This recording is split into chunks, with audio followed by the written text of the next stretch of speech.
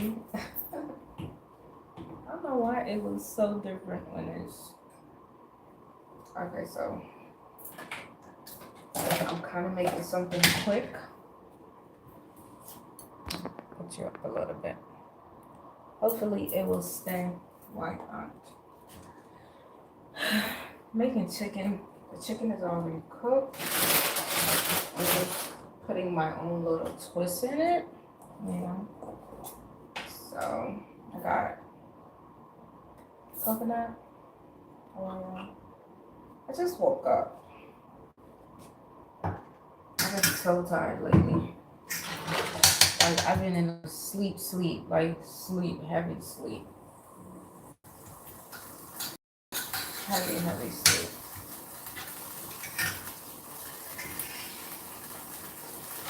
I don't know why, but I'm just resting.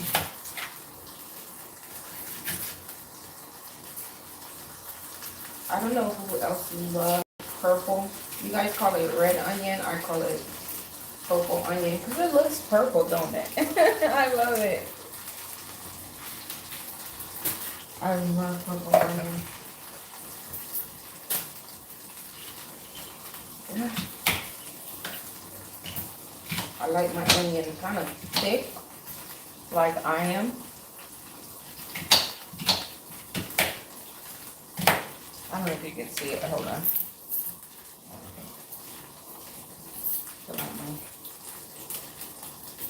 Well, calm down, fire. I gotta make sure my robe is not showing. Give me a second.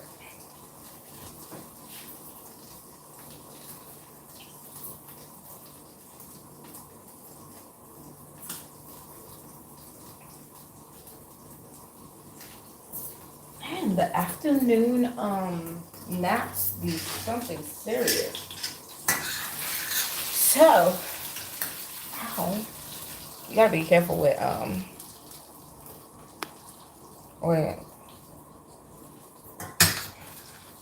as you can see, I have my oil already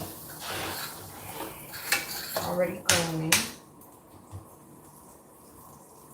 My onions, my purple onion, they're so beautiful. I love the color.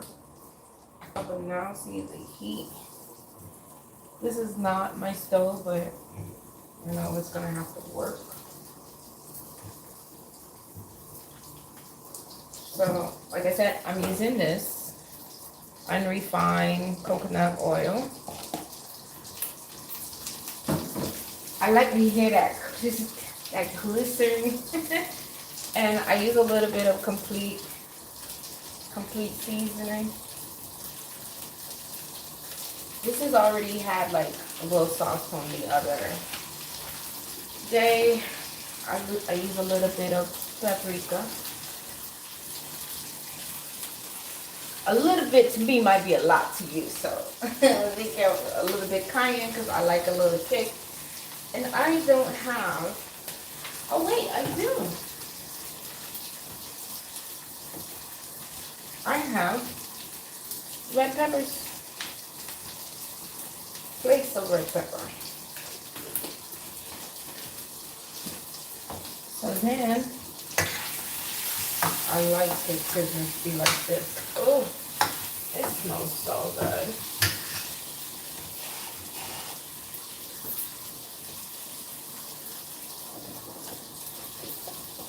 As you guys know, I am in between homes, so I am cooking at a stove that I am not used to, but I'm grateful because it's working and I can cook.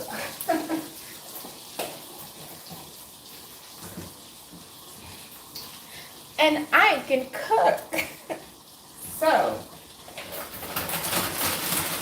I got this chicken, even though it's already like cooked.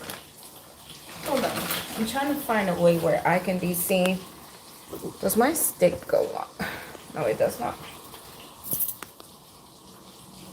Stay.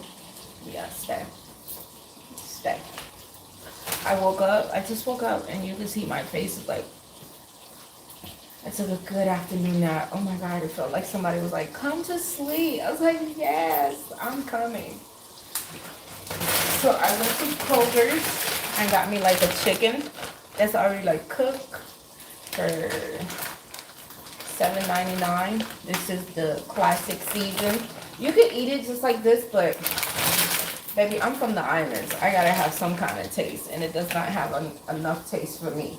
So, as you can see, ooh, yeah! Look at that sauce.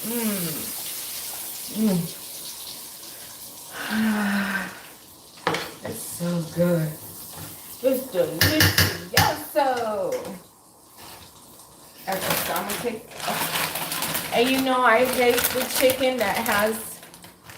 My little sister says hi, and that's that. Very pretty. Well, tell your little sister I said hi. Thank you for the compliment. You know I have a fear of these chicken, but I conquer my fear. So I got the chicken out of the bag. I'm taking the chicken out of the bag. And I'm using the sauce from the bag, because you know that little,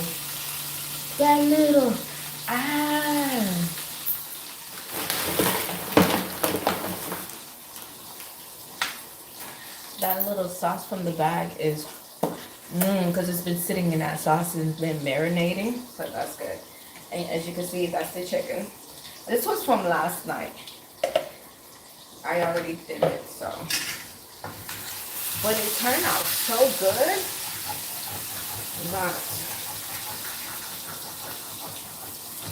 Alright, let me make it again. And this one, oh my God. So I'm gonna cut the chicken.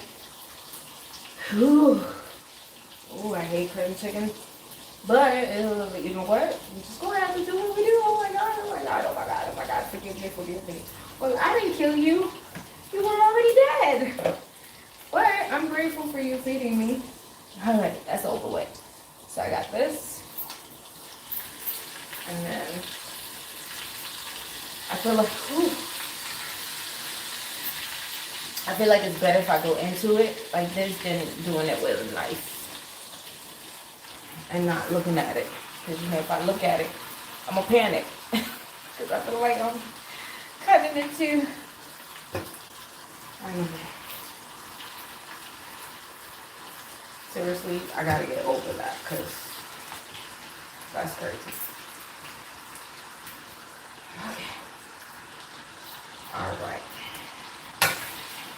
So then we have our chicken like this. Yes, I'm only using one pot. As you guys know, I am in between, well, you may not know, but I'm in between homes. So, yeah. I'm using one pot. And then you take, can you see? Can you see me though? Yeah. So you take the sauce, hold on. You know I'm okay with the camera. I'm trying to like do the camera. Hold on.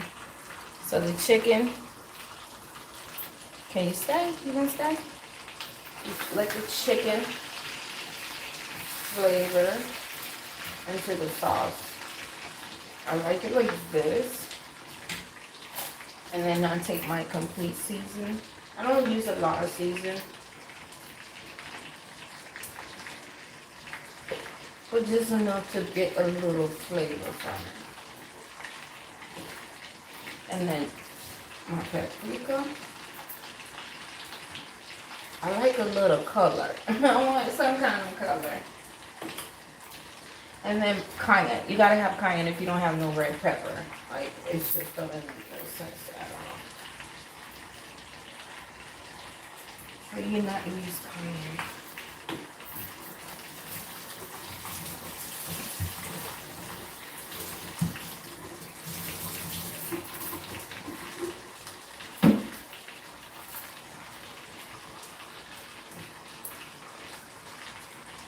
And you're cooking, and then I see food on the counter.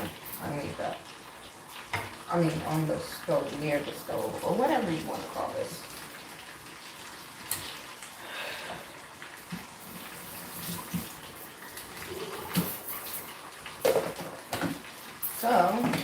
let that get brown.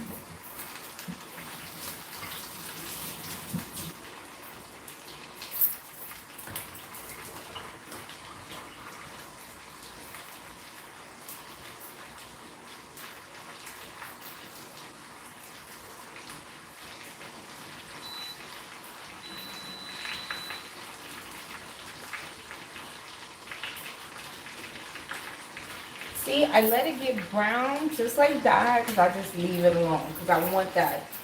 And before I flip it. So I give it a good little minute before I flip it, and then boom. I flip it. You can see the onion. Just because you don't have like a home, you could. I bought this pot because as I guess because once you're like once you become a mom or a woman, you can make what it do, like you don't have to have like all the accessory. Like you could try to make the comfort of your home what you had before. There's no excuse to not try to at least cook once in a while, because cooking, it's like you add your own off to it, Is this calm? Yeah, I think it might be cooking because, yeah, it's still cooking because, I'm still, even though the chicken was already cooked, I'm still cooking. I think we need a little bit more.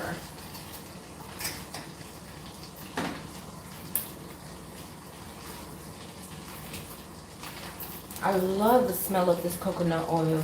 I got this also from Kroger's. It smells so good. I'm telling you, this right here smells amazing. But not too much because, baby, that coconut oil is... You'll be looking like a fat kid. Like, it'll have you greasy.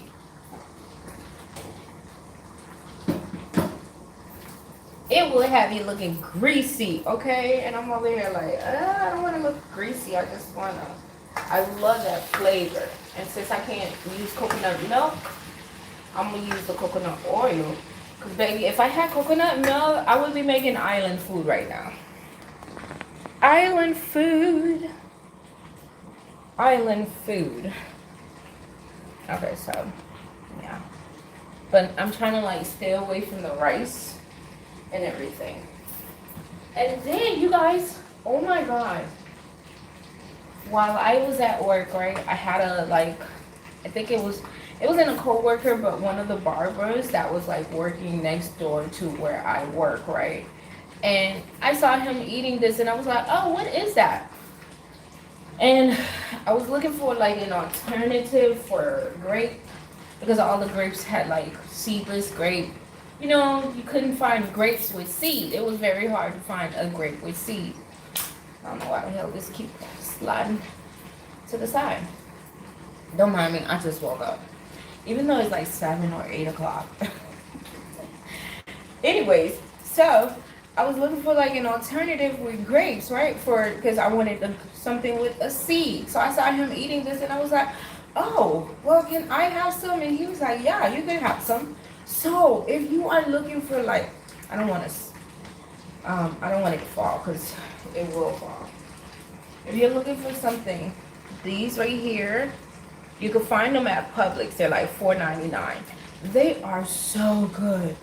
Every time I eat these, I'm going to sleep. I don't know why they put me to sleep, but I sleep for like hours and hours. These got seed. They taste like wine, but like maybe that's what they make out of, wine. But when I eat them, they're so good and they're good for your digestive system. Every time I eat them, I sleep and then I'm in the restroom. This is such a good alternative. They are grapes, but I believe they're like a different kind of grape.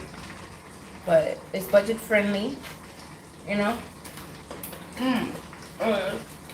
So good. So now I got my Hawaiian bread. You know I got a Hawaiian bread. And then I'm going to throw an avocado in there. So, I'm going to throw an avocado. And I'm going to put this up. So now what I'm going to do, I'm going to add the rest. Hey, calm down now. Calm down, honey. Calm down. Why you like this, okay? You gotta calm down. Oh, she looking so good. Oh my God. When I tell you, once you become a mom, cooking is like 1, 2, 3. I didn't know how fast I like cook. I cook so fast that it shocks me. I'm like, oh my God, I'm cooking so fast. But let me show you. It's so delicious. It's so delicious. So I wish I could just, I wish I could just do this. You want some? You want some?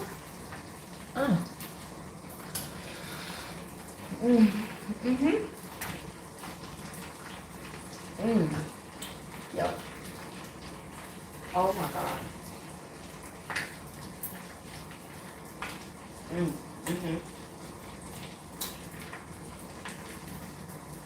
Oh. Be like.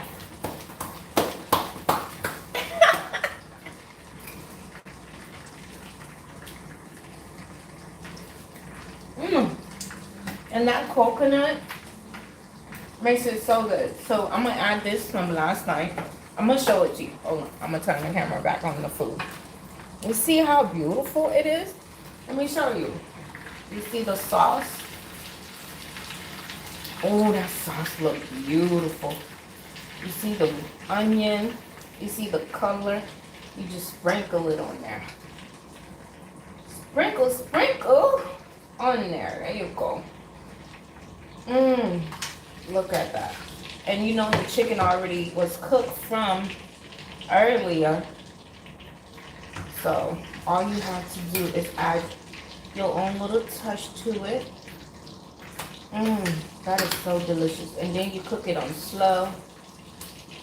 And you just flip it around, making sure that all the seasoning is in there. Oh my God, you guys. Oh my God. Batman. OMG, Batman. Look at that. It's Catwoman, Batman. Look. Boom. You see how golden that is? Oh my God. Cooking does not have to be that hard, right? Like I said, this is from last night. I had corn with it. Yeah. Some corn. So I'm going to just add. I'm going to add this from last night. Add the corn. Don't be scared. Don't be scared. Now, if I had, I'm going to eat this for like 3 days. I'm not just going to sit there and eat the whole thing. I'm going to eat that for 3 days. And I got my Hawaiian bread. And a substitute for like mayonnaise is this. It's not really isn't healthy for like your, down there, but it's like a good substitute for mayonnaise. You put this with your Hawaiian butter roll. I think this is Hawaiian. Oh, I might be saying the wrong stuff. But anyway, you put this with this as your substitute, and then the chicken and the corn. Baby, you gonna be like, oh my God. Yes, I'm gonna add a little cayenne because I like a little kick in my food. A little spice, not too much. Not too much, but I want to taste some spice. These are the 3 spices that I use.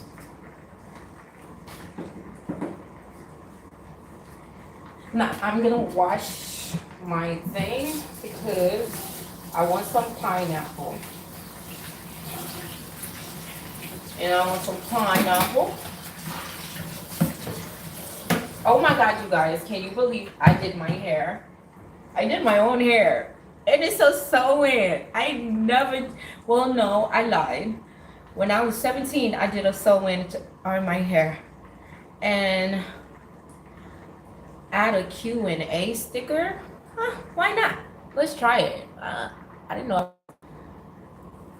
Comment phrase that makes sense. Okay.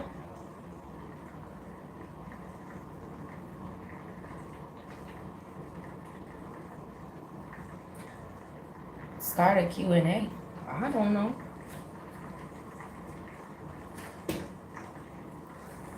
Wait, did it? How you take out the Q&A? I don't know. Is that a Q? Wait, did somebody send me that? Or how do you take it off? Oh, you know I'm still learning. YouTube, don't be doing that to me, YouTube. I think they can just ask, like, they can ask me any question they want to. Or has that been hidden from me? I don't know. Anyways, I'm just talking to myself. Yeah, so I did this sew-in, right? I'm so proud of myself. It's like, oh my God, for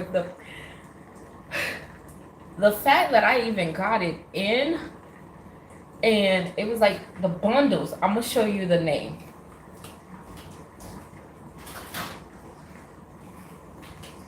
Oh, let me put it out on slow simmer.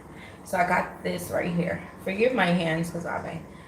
So this is what I use. I wish I could just do it as, but I figured on YouTube for it to lay this flat, it has to be glued, and I don't like using glue in my hair. Not yet. Not until I learn how to do it without having to damage my own hair. So, but if you want to, this is such a good hair, and it's budget friendly. I believe it came like three in a pack, and the packs were full. This is just 2 packs. I don't know how the back look. Don't I don't know how the back look. I hope it looks good. And I'm trying, like, for my first time, come on. I was so impressed. I was like, oh my God, what? YouTube, you're the first sensei.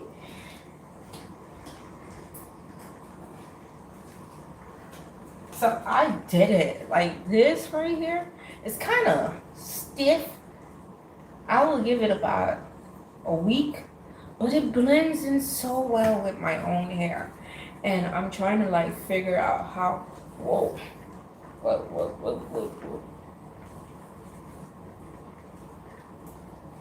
what?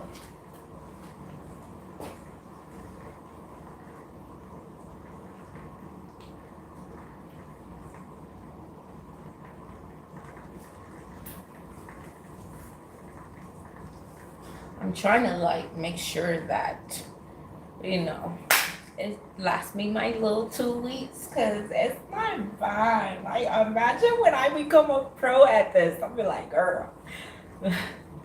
Yeah, I did my braids. I didn't know I could do braids, but I did them. And now this sew-in, come on. Yeah. I'm like, damn, your girl know how to do everything. Everything.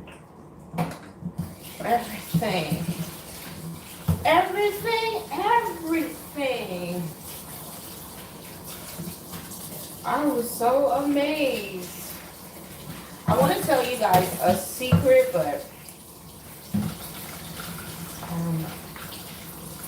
I'm so amazed at it. I can hear my grandma like, never leave no dishes in the sink when you cook. Oh, it's so weird the things that stay with you. So weird. Okay. So we're letting that shimmer. We're not gonna go ahead and eat right now. We're just cooking. When I tell you I had the best afternoon nap after I ate those grapes, I'm telling you, if you're looking for like a grape substitute, I don't even think it's a substitute. I believe they are real grapes, because that's what they say. It's real grape. At Publix, they're $4.99. Try to find the one that's red, because there's sometimes they're green, but the one that's red is very potent. And it put, I don't find out why every time I eat it, it puts me to sleep. When I tell you I ate it, like I was knocked out. I was knocked the fuck out. And I was like, why am I going to sleep?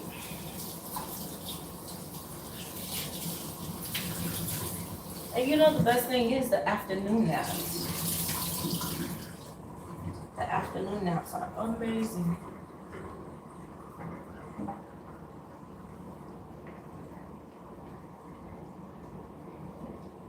I should probably wash my face and put on something else besides what I have on. Knowing I was coming on live, but I was like, nobody's gonna be on my live anyway. So why not? And you know, girl, you know I had to get a pineapple. A pineapple. Everything that I bought, even though I am like in between home, it was like $10. It was $10. And I'm cooking a whole course meal. That's how much of a good woman I am. Think about that. Like, I'm cooking a whole course meal. Under $10. Well, I lied. It was probably like $13. The chicken was $7. One green onion was like 69 cents. I already had the season. The Hawaiian rolls were $1.99.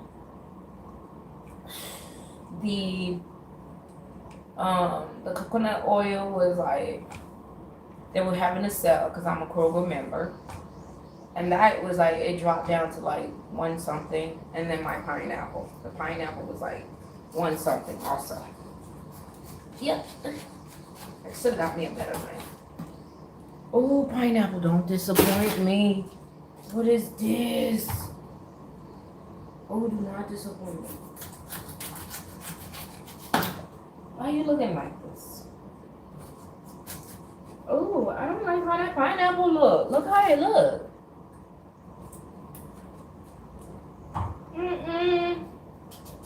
Can you even cut to it? Why you look like this, my friend? I don't know why, but I love cutting into a pineapple. Especially when I'm angry, just the sound of my knife penetrating through it, it's so therapeutic. Can I still eat it? Or has it been penetrated through?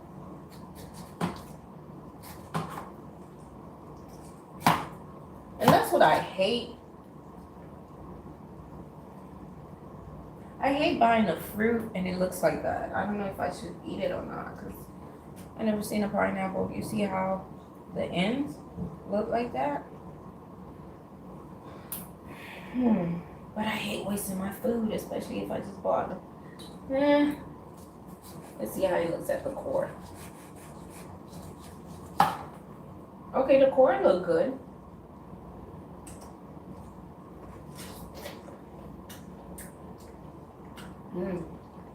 It's sweet. Yeah, we gonna eat that. We gonna eat it. We just gonna cut a little bit out of it. Yeah, we gonna eat that. Are you serious right now? Fuck that. It's sweet. It's gonna make me stronger. Definitely gonna make me stronger.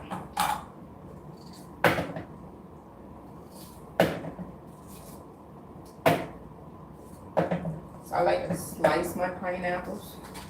Because when I tell you strawberries and pineapples, I could eat for days and days and days and days and days. Oh, especially if I had like some little crackers, some little cheese, especially blue cheese, or what they call it, fennel cheese. Okay, we're gonna turn you off. We're turning off the chicken. Oh, the chicken smells so delicious. I wish you are also eating and being fed and being taken care of. and eating well. You know, we gotta be grateful for what we have. Or you gotta make the best of what you have. Like last year, I was in my own place and doing well, which is like every. This is every year. Like I was saying, I build. Let me tell you something, right? It's so funny how like I tend to build and build, right? I tend to like make things happen. And then I would have, people or things come to basically try to like diminish it.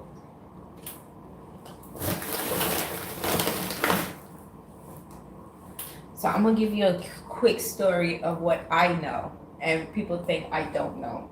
I know a lot. I see a lot. I just don't say it because I am told not to. But I'm gonna just give you a little rundown of what I know, right? So let me just finish this right quick.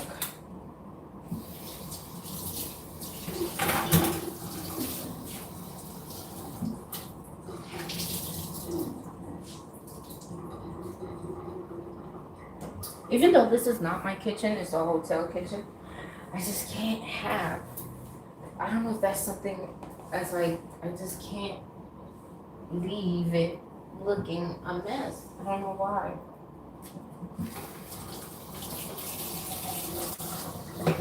I don't know why. It's just like I can't leave it just looking like that. It is a lot of hair though. Looking at it. I'm gonna do better. Because this is my first install. I'm so proud of me. It makes my head bigger than what it is. Got a coconut head.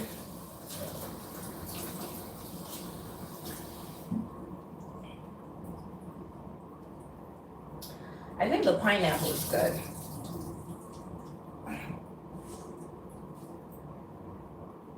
Yeah, I believe it is good. What I believe is what I believe.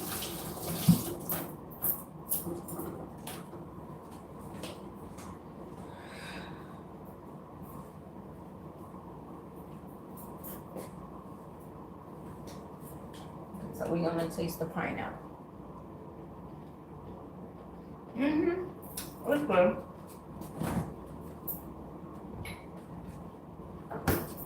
These are the grapes I was talking about. So I'm gonna take them out. And as you can see, I had some other pineapple from the other day.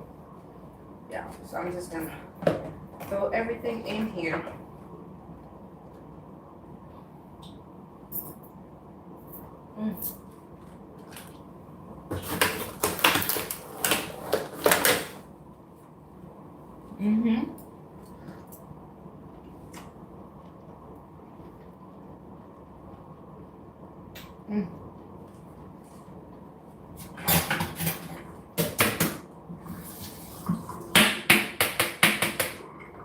Throw this one away because it doesn't look well.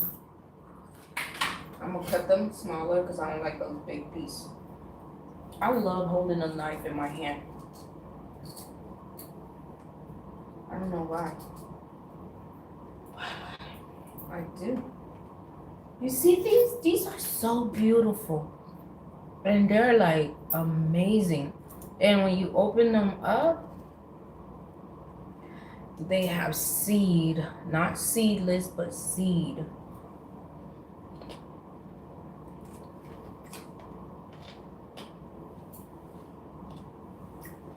I eat everything, the seed and the skin. Maybe that's probably why I used to be putting me to sleep. Okay, so this is my fruit bowl for the next 3 days.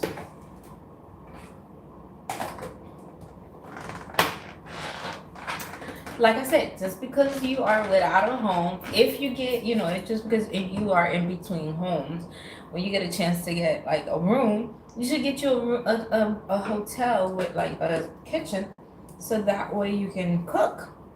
I know because I sometimes with and I gotta wipe my hand.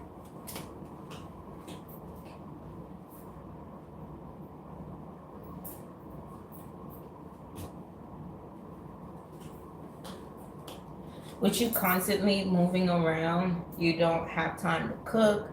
You always gotta eat like out or just whatever you can. But I think it's like so important if you could just save enough money, like you do 1 week in a room and just, even if you can't do a week, you do like, wait a minute, is my lashes? Yeah. Even if you can't do like a whole week, you could do 2 days, 3 days, 4 days, 5 days, whatever you can do. Get you a room with a nice, room, not like something top quality or whatever, just a nice room with like an extended stay with a stove and cook. I really honestly think that would make a big difference because your spirit, your being, even if you are homeless or between homes or whatever your situation is, or if you're going through a storm, whatever it is, like it's so many fucking names for it that it don't make sense. Whatever you're going through, just make sure that you cook for yourself, because cooking for yourself is like, it's different. You could be, you could go out to restaurant and eat and it's not the same. But just like taking the time out and making your own food, as putting your own hands touching it and like making your own, whatever it is, it does something to the spirit, it does something to the body, it does something to your essence, it does something to your life force. It keeps you going even in your situation.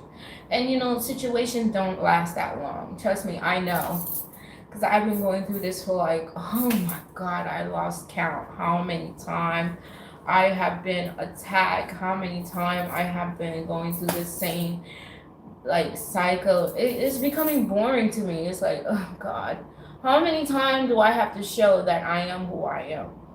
Like, how many times do I have to show these people? It doesn't matter if I have $1 million, if it doesn't matter if I have nothing. I am who I am, and I have proven to whatever it is, whomever it is, that it doesn't matter. I am designed at my core to be who I am, and I think that is a beautiful and amazing thing.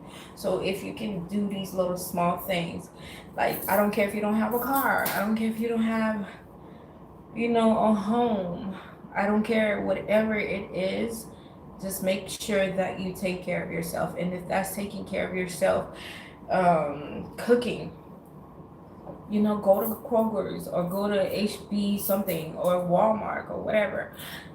Get the little chickens that's already pre-cooked. Get your pot, because I have a pot. I bought this pot, and it's like so cute.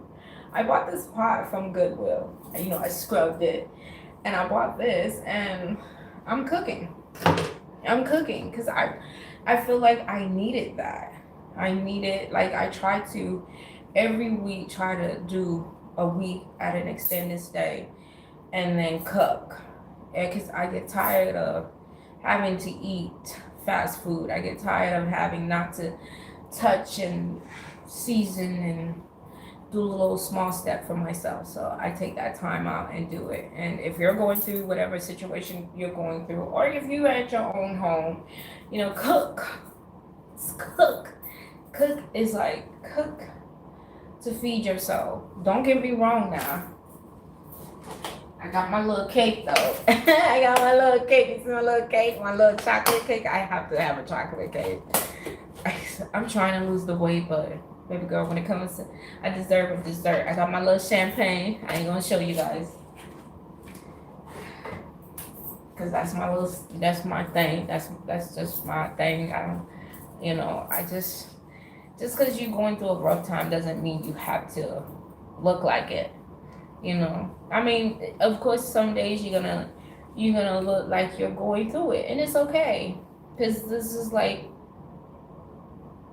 it's your world.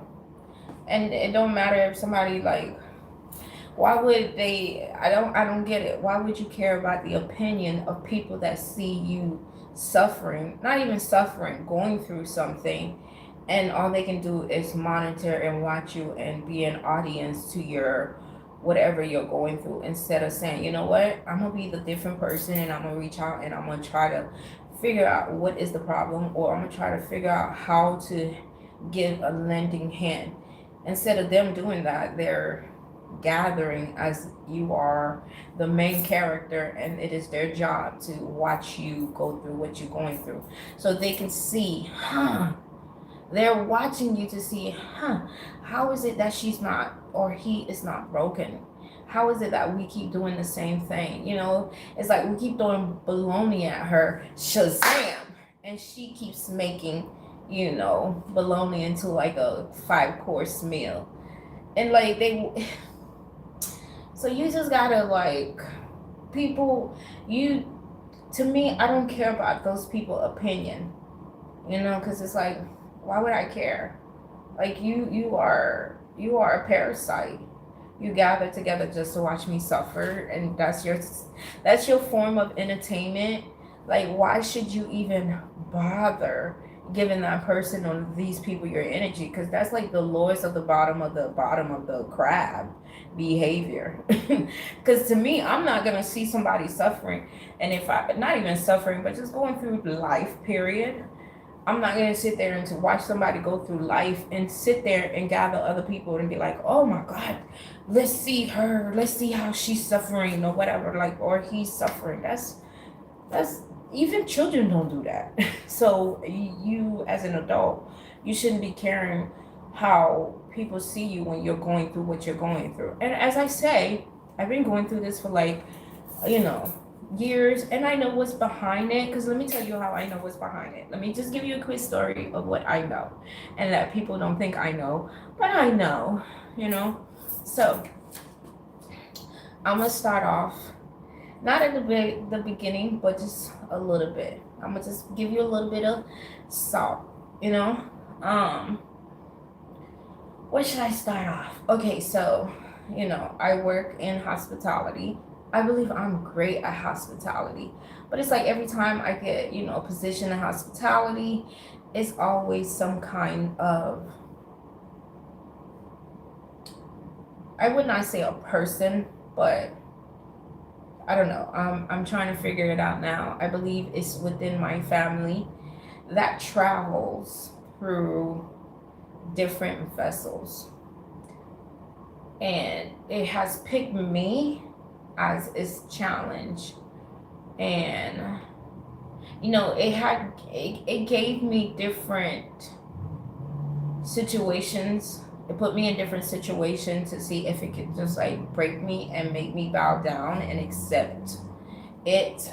But the power within me, I believe, is higher than what is able to shapeshift, jump, skin, or whatever. Because if it did have, I feel like we're in the same situation. I don't care if you're a principality. I don't care if you're a spirit. I don't care if you're a witch or voodoo. I don't care if you're a titan, a god, or goddess, marine spirit. I don't care. I feel like, or if you're an element, I feel like we all are in the same situation, in the same reality, but in just different pockets.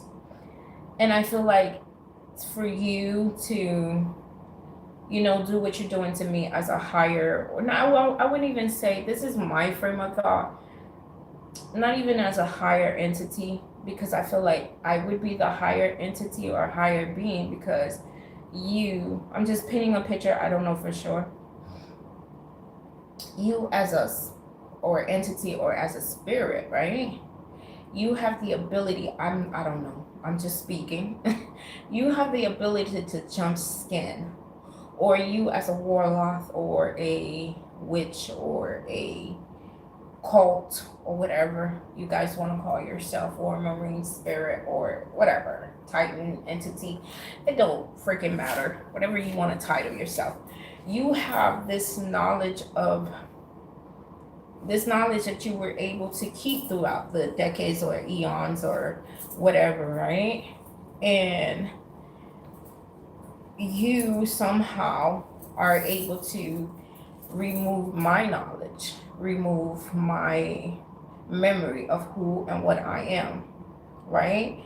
And you are able to start me from this beginning of not knowing who I am, not having any knowledge, not having any source of activity when it comes to my powers. I'm basically starting off blank, like a blank piece of paper, right?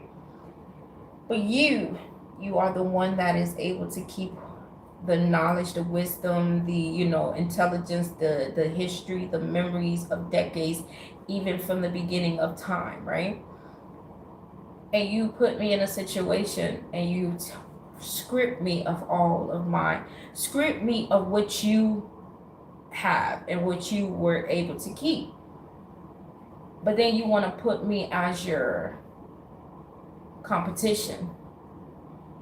Why would I be a competition for you when you're basically stripping me of all that I know of all my memories, of all the history and all the wisdom, but you want me to worship you and bow down to you because you were able to keep your wisdom and your intelligence and your memory. I feel like I would be above you because as I am with a clean strip or no knowledge of, or no knowing of who I am, I I tend to yet be a threat to you without any knowing of who I am, without knowing, without, like, I have to do the steps to gather what you are able to keep throughout decades, throughout the beginning of time. And you strip me of that, but yet I'm still a threat, even though you strip me of that. That means when I was at my fullest of knowing of who I am, I was a bad motherfucker. And if you're going through what you're going through to try to make me bow and break, I'm still a bad motherfucker, right? I mean, common sense, right? It would say that because I'm like, why would an entity that has the ability to command and take over other people's vessels and to make other people do things. Wait a minute. Can you see it? Okay, maybe the light does make a difference. Oh yeah, I need a light. Good lighting. I don't have good light, but I have light. Like, why would I at my stage be a threat? Why would you jump into others who are not capable, or maybe who are capable of realizing who you are and what you are, and because they want the material things, they want to manifest, they want they allow you to use them to attack others. Like, I mean, that to me, if you got to go through all that to get to me, I control you. I control you as as a witch, as a warlock, as a cult, as a sisterhood, brotherhood, as a messiah. I control you because I'm like constantly on your mind. You're constantly making plans to try to break me. Like, I'm in control of you. I'm not only am I in control of you, but the being that is using you, I am also in control of, because it had to go through you to make it do what it has to do to affect me. So I think of it like that, because I'm like, wow, if you're feeling down, right, and you're feeling like, man, I gotta keep repeating these same situation. I'm sorry, this thing is wet.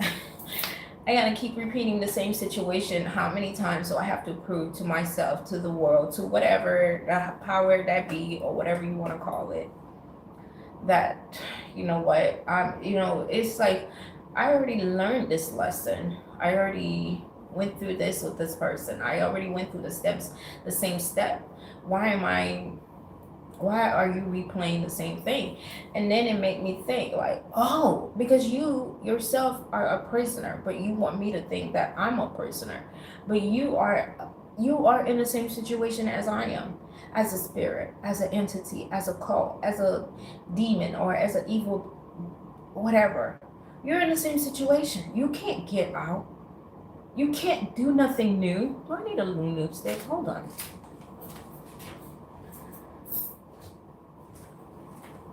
Yeah, I feel like you can't get out. You're like stuck just like me. You're stuck in the same play as me. Because if you could, you would leave. Like, you would not have, it's like you can't rewrite.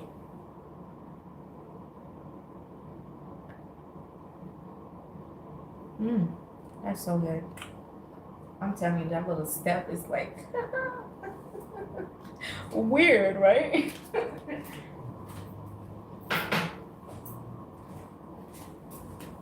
Yeah, I'm like saying, like, you can't rewrite another story. You're like, you're stuck in the same story as I am. You're stuck playing your role too. So then I start, when I think about that, I'm like, we are playing the same story over and over. It is the same song being played over and over. It is the same characters. I feel like it's only, to be honest with you, I feel like it's only like maybe 5 or 13 people or beings that is like really here.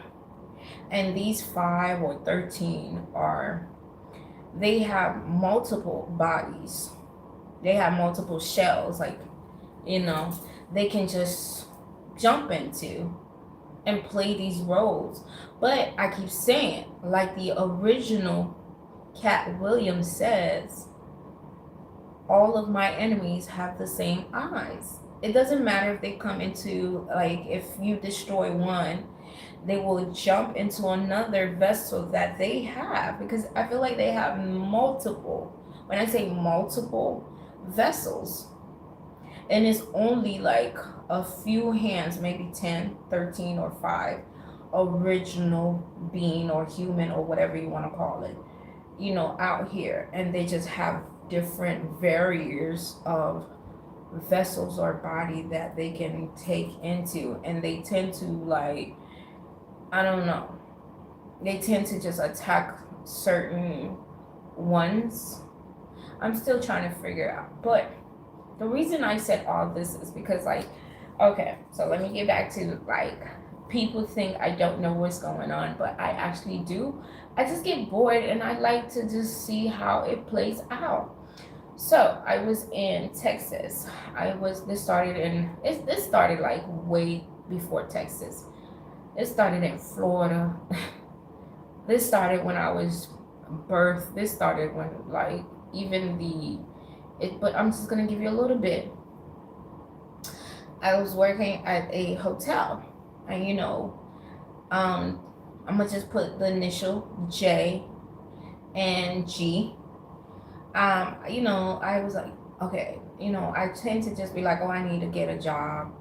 Not thinking, like, cause I was younger, because I'm thinking a job is just a job, but not knowing that everybody knows each other. It doesn't matter if you go from here to Europe to, freaking Alaska, they all know each other. You would think, oh, well, this person is black and this person is white. They don't know each other. Trust me, they know each other. So I got this job working at this hotel, because like I said, I'm so good with people. I'm so good with hospitality. I feel like I'm just born to just, and honestly, I breathe and, like, it is just me. I love talking to people. I love people. So I got this job at this hotel working front desk. I go in there, I don't know, maybe when they see me, when they hire me, they think, oh, maybe she's not who she says she is. Maybe she's just gonna be, not really doing her job. Because to me, I feel like when I take on a job, I take on a mission. And if you tell me my job description is this, I follow it to a T. I'd be like, okay, well, you tell me to do this, I'm gonna do it. And when I get in the job, I do it. And when I do it so well and effortlessly that, whether it is the residents or the customers or the, carrier, USPS or whatever, FedEx or whomever comes through that door, I make them feel like I make them feel welcome, It's just my gift. That's who I am. It's not an act, it's not a show, and it's just me. And then, like I give myself 3 months. After the 3 months at this job, you know, the main person, they could be a supervisor, they could be a manager, they could be the owner itself. Within 3 months, somehow the energy change. If it's the manager, then jealousy start, and then they start, like, you know, jealousy is gonna come regardless, but I accept that. But these people would go beyond jealousy, you know. It's like I could see their thoughts, I could see their steps, I see the step that they take, and they not knowing that I could literally see where they go, who they talk to, and I can hear everything and see whatever they do. So I will watch them. It's like you're standing in front of me and I can see what you're doing. I don't know how to describe that, but so I noticed one of the manager, you know, he it's a lot going on with like certain hotels. You think hotels are just regular hotels? Trust me, it's not.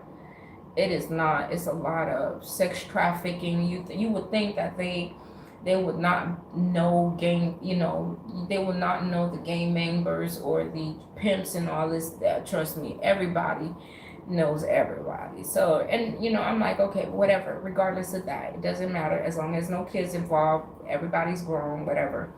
Because I truly believe if you are a woman and you're being, or a man and you're being sex trafficked and you're an adult, you keeping yourself in that situation, because trust me, you would just find a way to get the fuck out. Even that means taking out somebody and taking yourself out. You would. But not to say, I can't say everybody's situation. So regardless of that. So I was working at this hotel in Texas, and the owner and the manager, they tried to sacrifice me, right? So the owner went to Atlanta. This was like 2 years ago. And I saw him go to Atlanta. Like, I was sitting at the front desk. I saw him go to Atlanta. I saw him talk to these white men. They were at the table. And he was like, oh, and the owner of the hotel was Indian. And he was like, oh, she's here. She's in Texas. And she's working for me. And I know you guys been looking for her. And I want to sit at your table. This table that he was trying to sit in was like, I guess, I don't know, this high table, whatever. And they were like, yeah, if you want to sit at our table, you would have to. So he committed to that contract, and him and his manager and his family, they were doing things. They even got like the law enforcement involved. And when I saw that, you know, the way that things work around me, when it's time for me to leave, and I'll be like, oh my God, please don't let me start all over, because I hate starting all over. And I be trying to like keep it together. I'm like, my God, I gotta hold a job, because if I don't, what am I gonna do? And when it's time for me to leave and I don't leave, I have things that happen to me. Like one day it was time for me to leave, but I was like, no, I'm not gonna leave. I'm gonna hold on to this job, because if I don't hold on to this job, I don't know what I'm gonna eat or where I'm gonna stay. I don't have any money saved up, whatever, blah, blah, blah, blah. So I just kept going. And then it's like week after week, the energy would change around the office. The energy would change around the guests. Like it was like everything, even the wind. I could hear the wind say leave. Like it was like it rained every day, and I was like, damn, I gotta leave. So then I was like, no, I'm gonna stay. Two more checks. And then as I was coming to work, my pants literally felt like somebody just ripped the clothes off of me, and then my shoe fell, and I was like, oh. So I got in my car and I just never went back to work, and I was like, okay, that is my sign. So then I moved to Mississippi, and I got a job at this amazing hotel, you know. And then like, I don't know, like I believe I was like two of the black women that works at this hotel, and it was like a beautiful beachfront hotel. It was in Biloxi, Mississippi, right? And then I post this story on Facebook, and the guy, the assistant manager that was attacking me, somehow is still tracking me, and is like, he went on my Facebook and kind of like blocked my Facebook so the story would not be heard. So, and I'm gonna come back to it because it is time to sell it. So, I got this job at this amazing historical hotel, and I was doing good. Like, I'm amazing. The guests started to know me. They gave me like good reviews everywhere I go. They would give me reviews, and I would perform to what I naturally am. And I would recognize them, and they would come back, and they would be like, "Oh my God, Giselle or Gigi, you are awesome," and like that. Every time I start getting like compliments, I know the jealousy is gonna come. It just automatically comes. So, and then like I noticed, because you would think, well, you're a manager, you hired me, you would not be in competition with me, you make more money than me, and you have a higher status. But it be the littlest thing that people are just like, it doesn't make sense to me. So what he did, and then I noticed that, I was the final thing that made me say, oh, he's part of them, and this is what is going on. I was working one day, and then one of like his little cult came in and gave him a jersey. And I noticed on the jersey it says something that pops in my head, and I was like, I'm gonna keep that in the back of my head.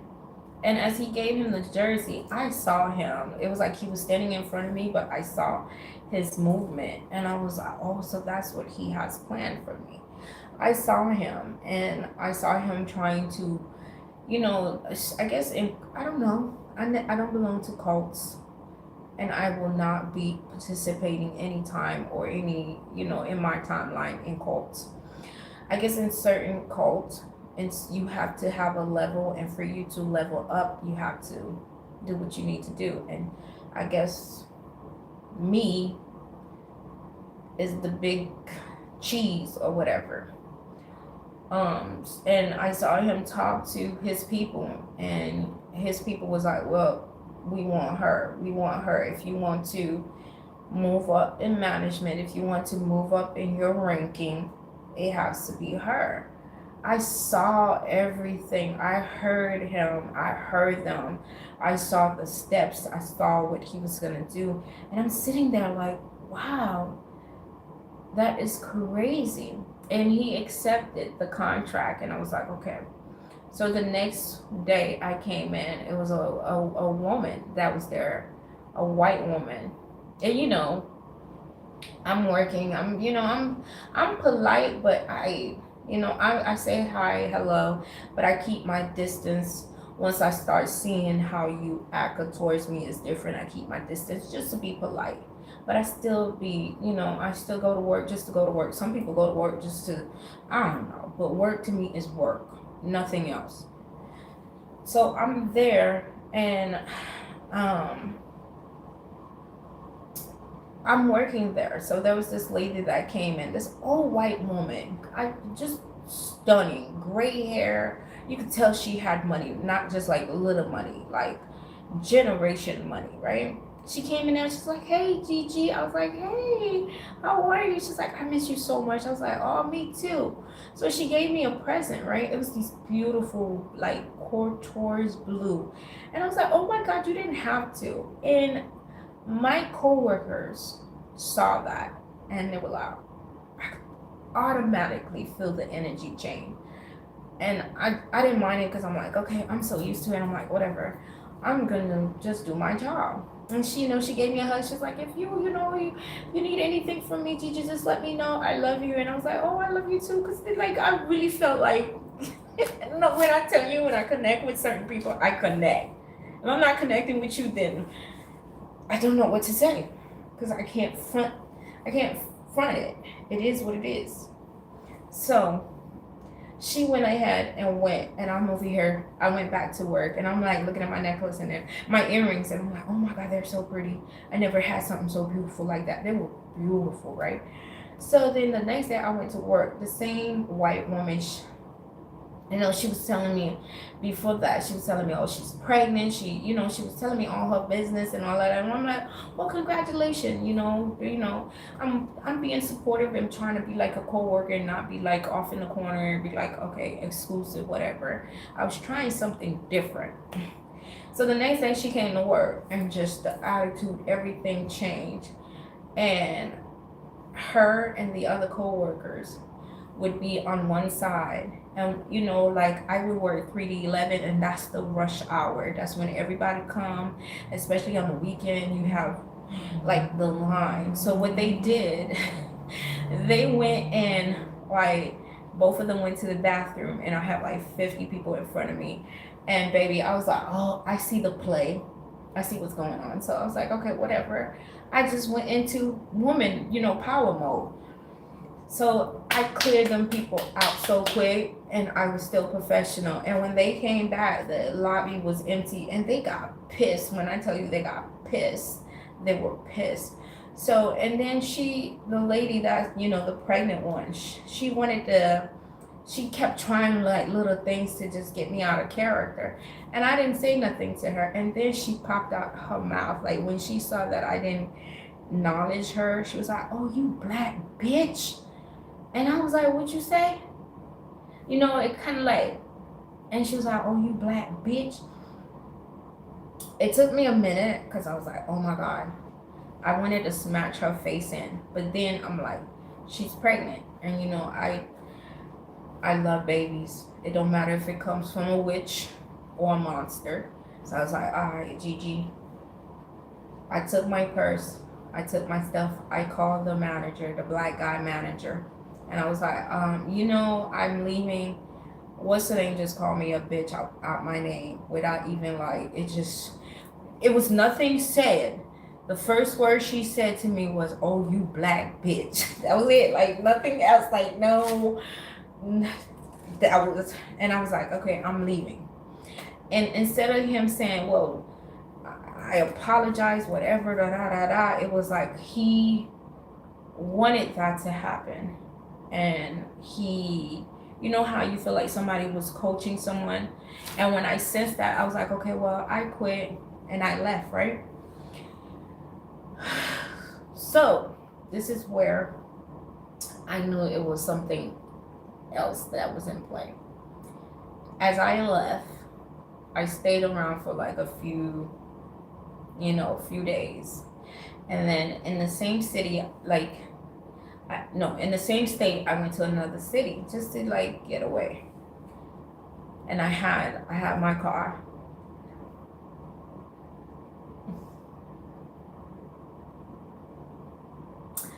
This was my dream car. I had 3 BMW that I had crashed, but this car, which I purchased myself, but this car, it was something about this car. It was a 2015 white Infiniti. And that car, I never gave somebody a ride, and I gave a friend a ride who I thought was a friend a ride in that car. And someone told me, well, you know what, something's not right, but I was like, I'm gonna leave it to God, right? But then when I went to the other city, I was driving that car. This is how, how they say you get warnings. You really, really do get warnings before anything happens. You just, maybe you're not paying attention to it, but you do get warnings. And somehow, I guess subconsciously, you have to say yes or no to it. So I was at a 4-way stop sign. There was a church. There was a plaza. There was I believe it was a beach or some kind of water source. And there was a cemetery.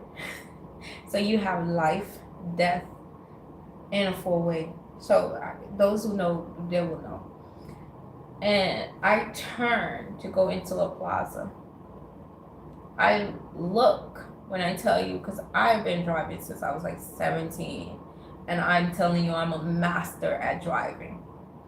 I look When I said I look, because I look. When I'm driving, I'm very like, hey, I'm like a Marine corporal, mission is focusing. So I look, and when I turned, there was no one there. And then I look, the next thing I know, boom, a bike ran into me, right? But the way they ran into me, it seemed like they made it seem, it was just, everything happened so freaking fast, right? After everything happened so fast, I'm sitting in the car, my airbag popped. Somehow it's like the car exploded, right? And I should have been drenching in blood or dead or whatever. But somehow it's just the, oh, Gabriella. Oh, if I was an evil person or an evil being, I would have, for Gabriella. So I'm there, right? I'm sitting there in shock because I'm like, oh my God, not only all of my stuff is in this car, but I have no home. And I just lost, not just lost my job, but I walked away from my job because this white woman don't know me, just called me out my name, a black bitch. And I'm like, oh my God. So then it's like I came back to myself.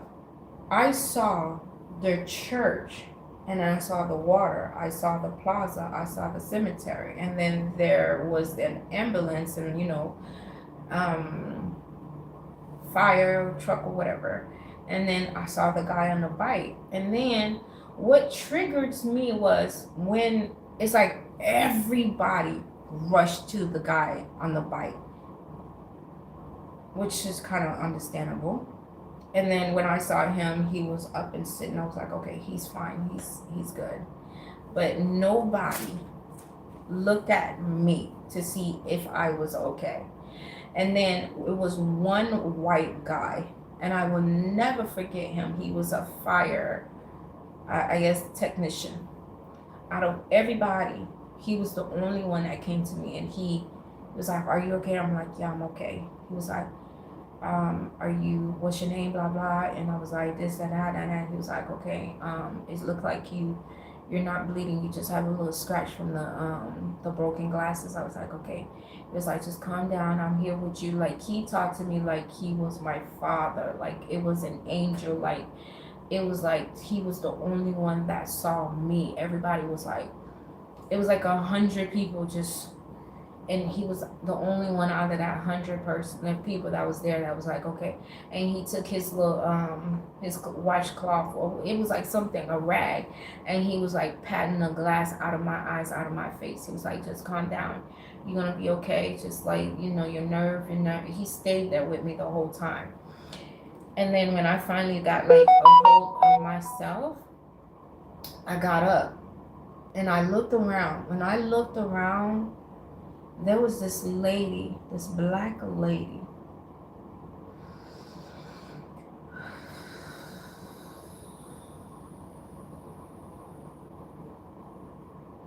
I would never, never, never forget her. She was parked in the plaza. She was sitting in a burgundy SUV. I don't know what made me turn to look at her. When me and her locked eye, she pointed at me, and I could see her pointing at me and mumbling. Like, it was like I was the only one that saw her. Or if everybody else saw her, they knew who she was and they knew what was going on. And I saw her mumbling, like she was saying a prayer. She was saying whatever was needed to be said.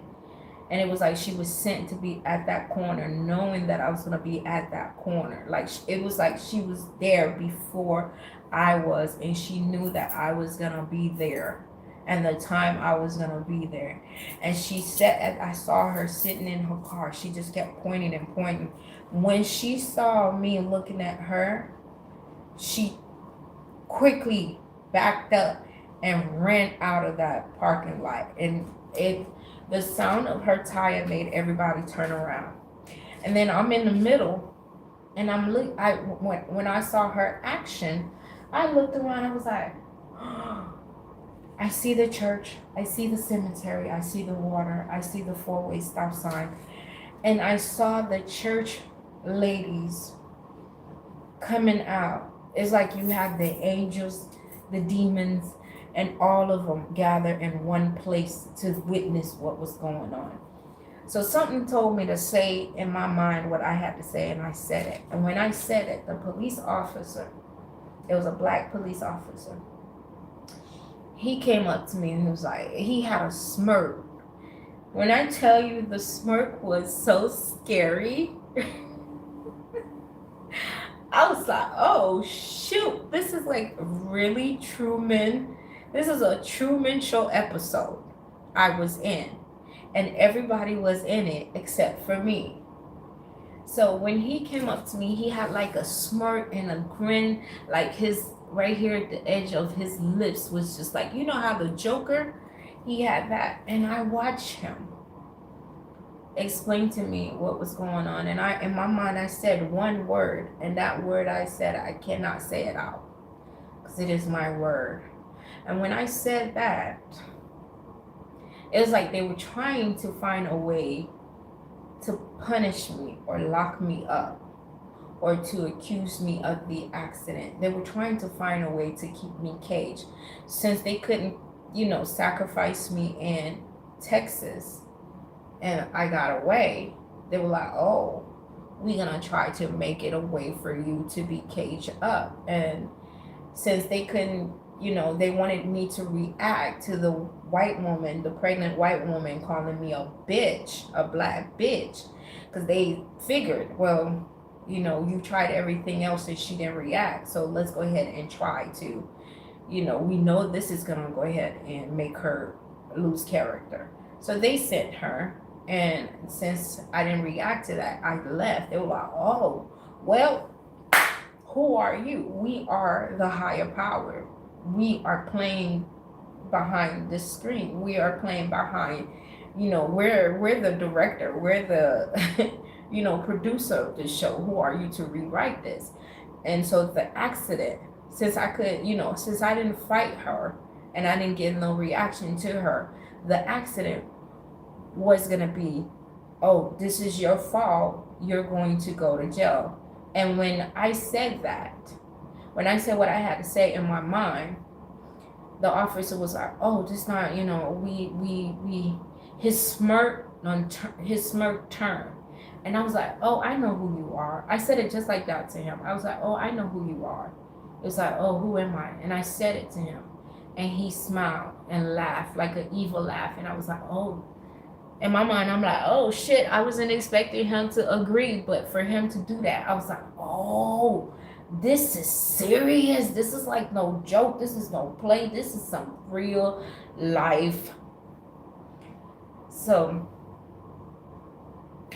I was like, okay, well, I'm not taking responsibility for this. This is not real. You guys set this up.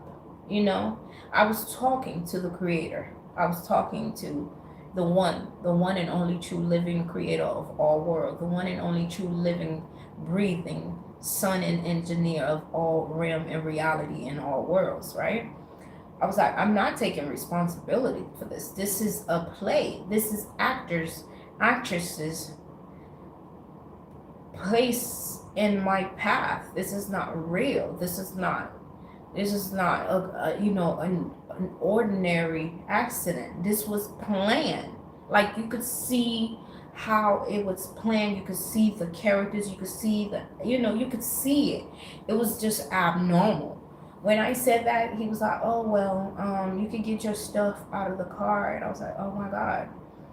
I didn't have no money. When I said I didn't have no money, I had like $1 to my name. And the car was the only, Gabriella, they took Gabriella from me. Oh, when I tell you, me and that car, been through it. That car was like a mom. That car was, I know people say, oh, it's just a car. Trust me, it's not. Now I understand how men feel when they talk about their car. It was not just a car, it was a person to me. Gabriella watched me cry in her. Gabriella watched me, she was my home, she was my friend. She watched me be, excellent. She, everything. That was my car. It was a 2005, no, 2013 or 11 white Infinity four door. Ooh, X Sport. Because I like, when I'm on the highway, I gotta burn tires. And she had a nice sound system, black tinted window, AC, peanut butter, everything. Me and Gabriella, like, we were everywhere. And she never let me down. So when they took her from me, it was like I was being stripped all over again when they took my heart away from me. Because I was like, damn. So I took I had a book bag. I took the little that I had from my trunk, and I watched them tow Gap.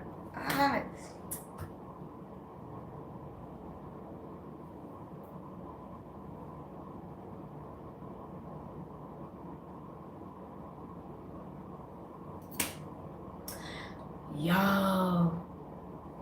I watched them tow Gabriella from me. And I was like, what am I gonna do? So give me a second.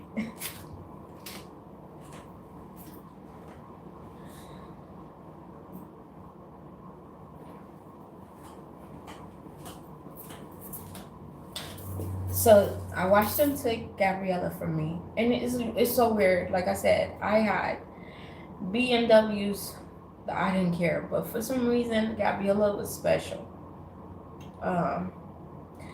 So I got my book bag, and I walk, and I was like, what am I gonna do? I walk from 4 p.m. till 3 a.m. in the morning with tears in my eyes, walking with a book bag. And I got to the Greyhound bus station. And I don't know what made me download a cash advance app. It was Clio. Yeah, Clio. You get the cash advance. I don't know how. Something said download it. I downloaded. And I got a $50 cash advance from Clio. And I was like, where am I going to go? So the closest ticket that for my price was Charlotte, North Carolina. So I said, fuck it. Let's go to Charlotte. As I was getting on let me tell you how these witches and these cults work. And I was their muse after they caused the accident and all that, right? I got flip-flop on because, all my stuff was in the car. And I was like, why didn't I take my tennis shoes? So I got my flip-flop on, and as I was getting ready to go on the bus, the flip-flop just popped. It just popped out of my feet, and I was like, oh my God. And I'm sliding. I got the backpack in my back, right? And I'm sliding. I don't know, because I don't want people to be like, damn, she ain't got no shoes on and she getting on the Greyhound, whatever. So I got on the Greyhound and I paid my ticket. So went to Charlotte. I got to Charlotte at 3 a.m.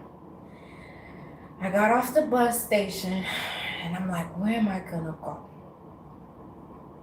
And then I asked this lady, it was this old black lady that was sitting next to me. She's like, I asked her for some tape. She's like, well, I don't have any tape, but I got a little ribbon. So I took the ribbon, I tied my sandals, and I put them, I got off the bus, I started walking. I walked from downtown Charlotte, where the bus station was, to all the way to where a Planet Fitness was. And I'm like, man, I don't know if my Planet Fitness membership is still working, but whatever. And thank God it was a 24-hour Planet Fitness. I got to Planet Fitness and I did my little tap. My membership was working. So I was like, okay. I went in, took me a shower, and just like exercise and just like kind of like, stayed in there for a little while until I could just group up. Thank God it was like a young guy that was working there, and he was like, "Oh, you could just chill if you want to. I don't care. I get off at 7. You could just chill until 7, and then stay and act like you. I was like, "Okay, good, looking out for me." He was like, "Yeah, I got you. If you know what I'm saying, if you need somewhere to be like while I'm here, you could just come." He was like 19 or something. Like you could just chill here and just like sleep. And I was like, "Oh man, thank you." So I did that for like, a whole week. So I was like, man, I cannot be here and not have no money. So I need a job. So I was like, okay, well, I never took the bus because I always had a car. So I was like, okay, I'm going to figure out how the bus thing works, right? It shouldn't be that hard. In my mind, I'm thinking the bus, you could just get in for free. Nah. So I was like, at the bus station, I got on the bus and the lady was like, "Oh no, you gotta pay for the bus." I was like, "What? It's not for free. What? It's public." Nah, she was like, "No, it's $250 or $150." I was like, "Oh my God, I don't have it." She's like, "Well, you gotta get off the bus." I was like, "No, I need to stay on the bus because I need to get me a job." So this guy heard me. He was like, "Oh, I got her." So he went in and did like a whole day pass for me. So I was like, "Oh my God, thank you so much."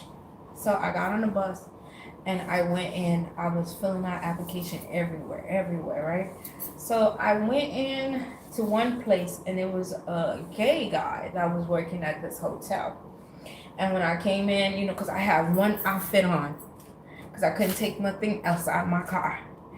And I try to like buy wipes to kind of like keep it fresh or whatever and buy spray and try to keep my hair, decent. But he looked at me and I thought, because gay guys, they will read you with their face. I thought his face was like telling me, "Honey, you don't belong here. They ain't gonna hire you because we could see the struggle on you, right?"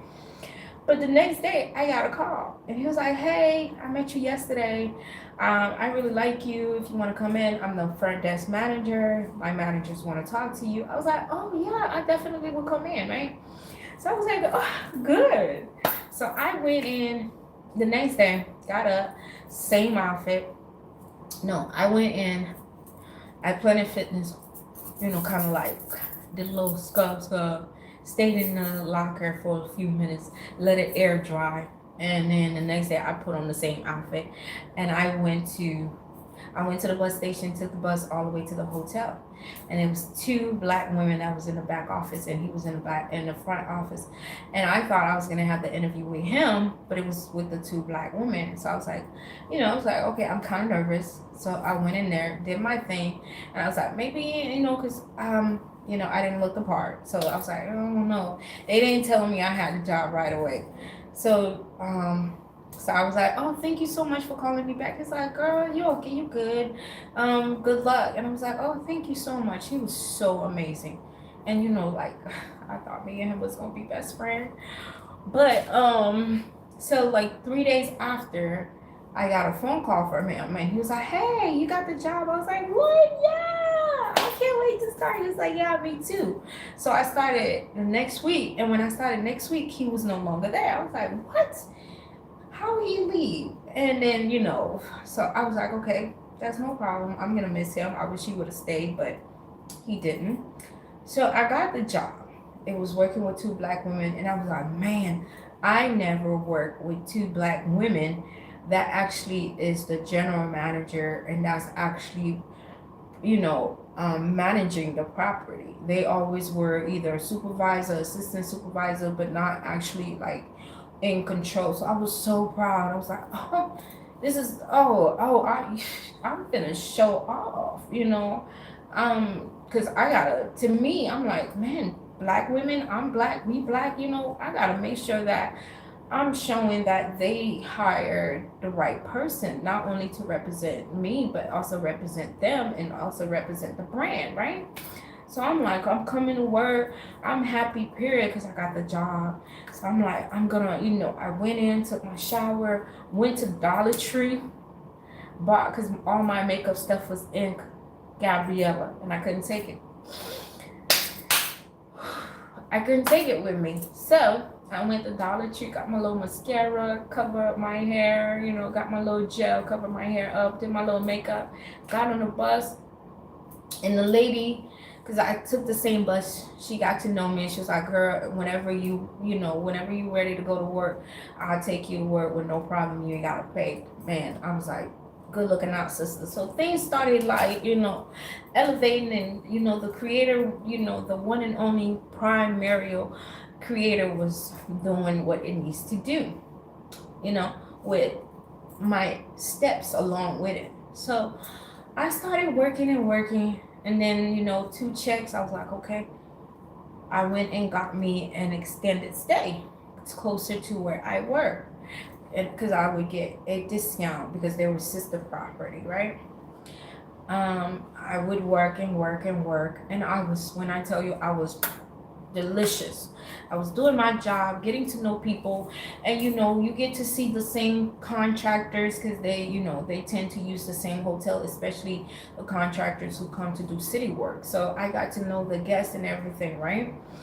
So within, like, I say 8 months, I would say within 6 months of working there, I noticed while I was at the extended stay,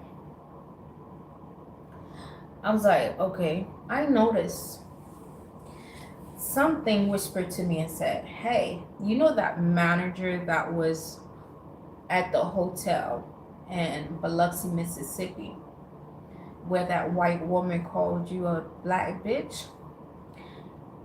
That manager has one of his friends, a female friends, and she is here. And I was like, no, you know, I'm like, there's no way. That is crazy. And they say, really, you think what we're saying to you is crazy? Okay, no problem. So where I stayed, at the hotel where I stayed, I noticed this lady. She kind of looked like me. It was like, okay. She stayed next door to me. And they were like, that's her. And I was like, okay. I said nothing. I just kept continuing to go to work. The next week, that same lady that was next door to me, she was the assistant front desk manager at the same job where I work. And they were like, oh, so you don't believe us? Okay. So they were like, okay, then we tell you. I was like, that's just, you know, that's just a coincidence, whatever. They were like, okay, no problem. Then the week after she got hired, this black guy in a blue 4-door, I believe it was like a Mustang, he came up there and he was like, oh, he was talking to me as a you know, a guest, and something said, oh no, he's not a guest, he's a police officer, and he is one of the guy that supervised the hotel in Biloxi, Mississippi. That's one of his friends he done sent to see if you really are there at a new job. I was like, really? They were like, yeah. So, and they were like, he also know the supervisor, the new front desk supervisor that just got hired at this hotel. So they were like, keep an eye out. I was like, okay, no problem. And I just was like, okay, I'm just gonna continue to do my job, right? Then I noticed within her being there for like 3 weeks, right? There was she was the general manager. there was a front desk manager, which is a guy, another gay guy. And at first I thought he was really cool because I was like, oh my god, you doing films, and his films were like really top quality, and I was like, oh, I'm impressed. He used to like do plays and like give me the plays, and I would read them, and I was like, whoa, this kid got talent, right? But that's as far as it went, because I kept it professional, I kept it short, I kept it like, hey, this is work. You want to share something with me, that's fine, I will accept that. But everything else is just my personal business. My life is my life. Your life is your life. If you want to share it with me, I'm here. I will listen, but that's it. I kept it casual and friendly and just, work. So as she got there, I noticed me and the Spanish workers, they were it was a Spanish lady. She was a supervisor. And we would laugh and be like, ha ha ha. They were friendly. I noticed that she left the job, and I was like, okay, why did she leave? And then they hired a black housekeeper, and something said, oh, you think this is it? And I was like, what do you mean? They were like, the housekeeper that they just hired is friends with the guy in Biloxi, Mississippi, where you work, and the white woman call you a black bitch. They are friends. All the front desk general manager is friends with the housekeeper, is friends with the cop that came to. All of them are friends. I was like, whoa. They're like, yeah, they're trying to corner you. So I was like, nah, there's no way. They're like, okay, you don't want to listen. So I was like, okay, whatever. I kept doing my job. And then I noticed, the two black women that hired me, which I was like, wow, I was impressed because I'm like, oh my God, I'm working with two black women that is like running a hotel. That is, to me, that was an amazing accomplishment.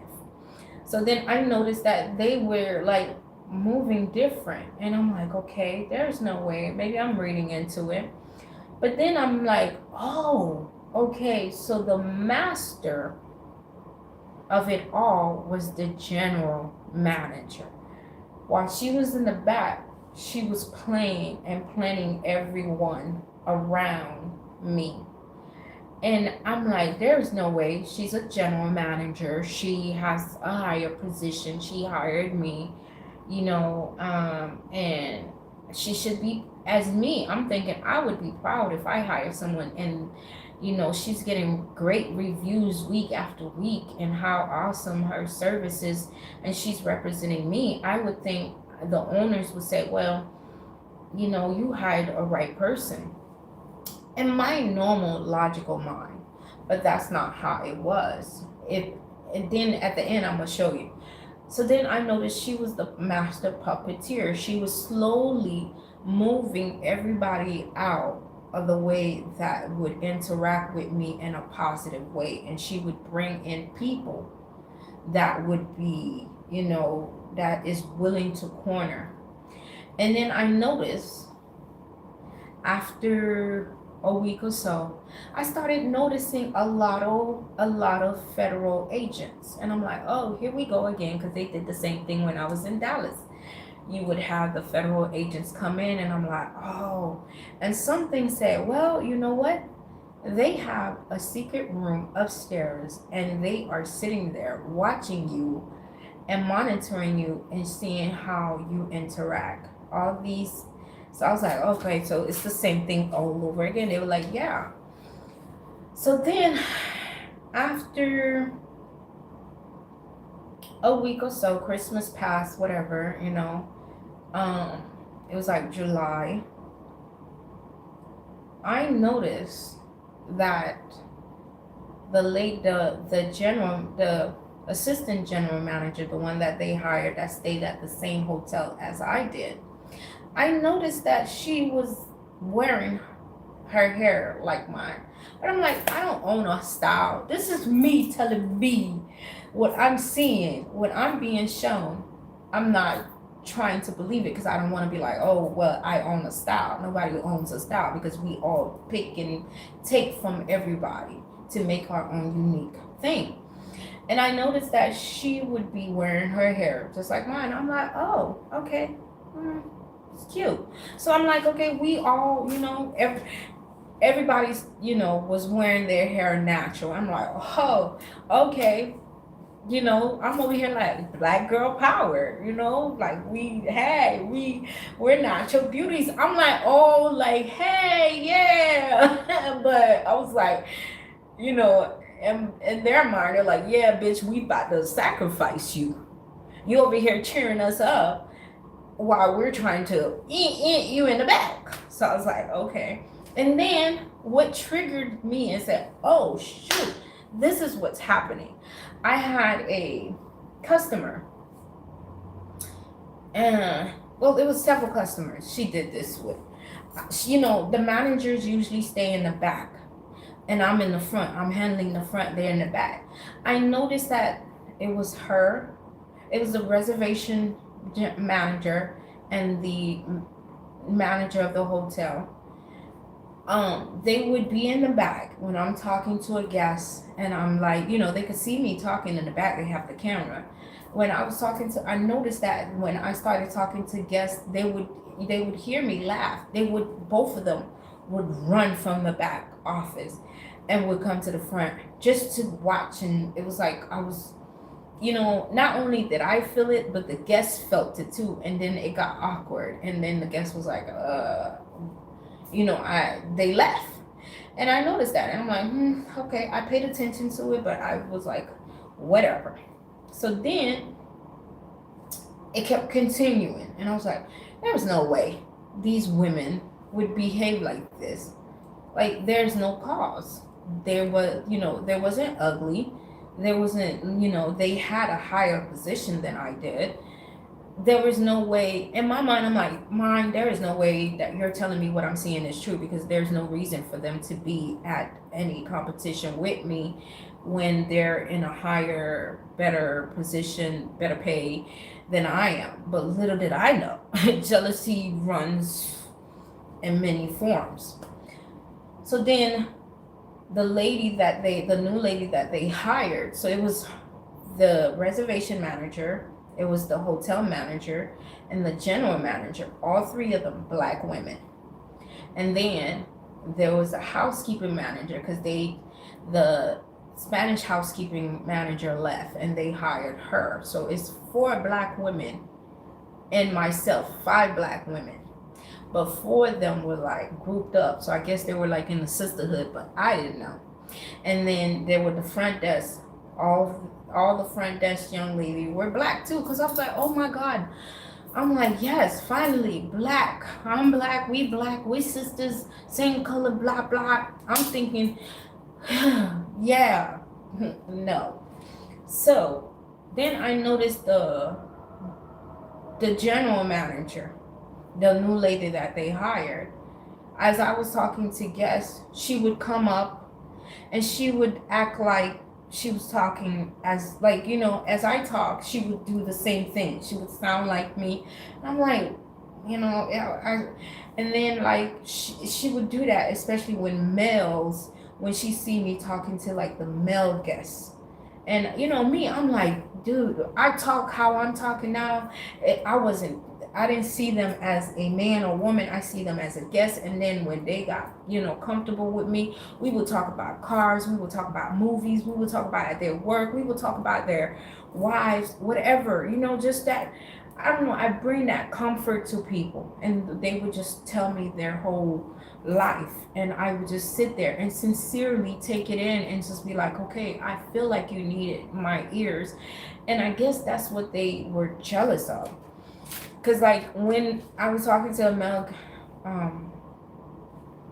guest, I was talking to him, she just literally jumped in and was like, oh, I don't know what he said, but I was like, he offered me, he was like, oh, I'm finna go get something to eat. Do you want something? I was like, no, I'm okay. I bought my food. Because, I'm like professional, I'm at work. I want to keep it that way, so because next time you come, you can feel the same energy without feeling awkward, you know? Because that's very important when you keep that boundary. So I was like, no, I'm okay, but thank you so much for thinking of me. She heard that from the back, right? I guess she was standing in the back listening. She ran out the door and was like, oh, you're not going to offer me nothing? It was like a joke, but the guest was like, I'm not gonna buy you nothing. And I felt the awkwardness and I didn't know what to say. So what I did, I got up from my desk and I went in the back and I left them two together because I was like, well, um, I'm just gonna step back when he said that. And I was in the back just like trying to like shuffle papers, trying to make myself busy. So, because the other two were sitting in the back office, and I was like, I don't want them to feel like I was doing that because she was in the front.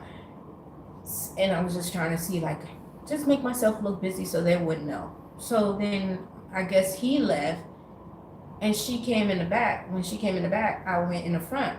So then I noticed things just kept getting awkward and awkward and awkward. And I was like, okay. So last week, me and the guy, the gay guy, I thought he was gay, but I don't know. He might be bisexual. The one I told you that would like do movies, scary movies, and write like the screen act, and he would get me to read. Like we were casual. But we were like, hey, it's business, it's work, whatever. You know, we had some kind of level of respect.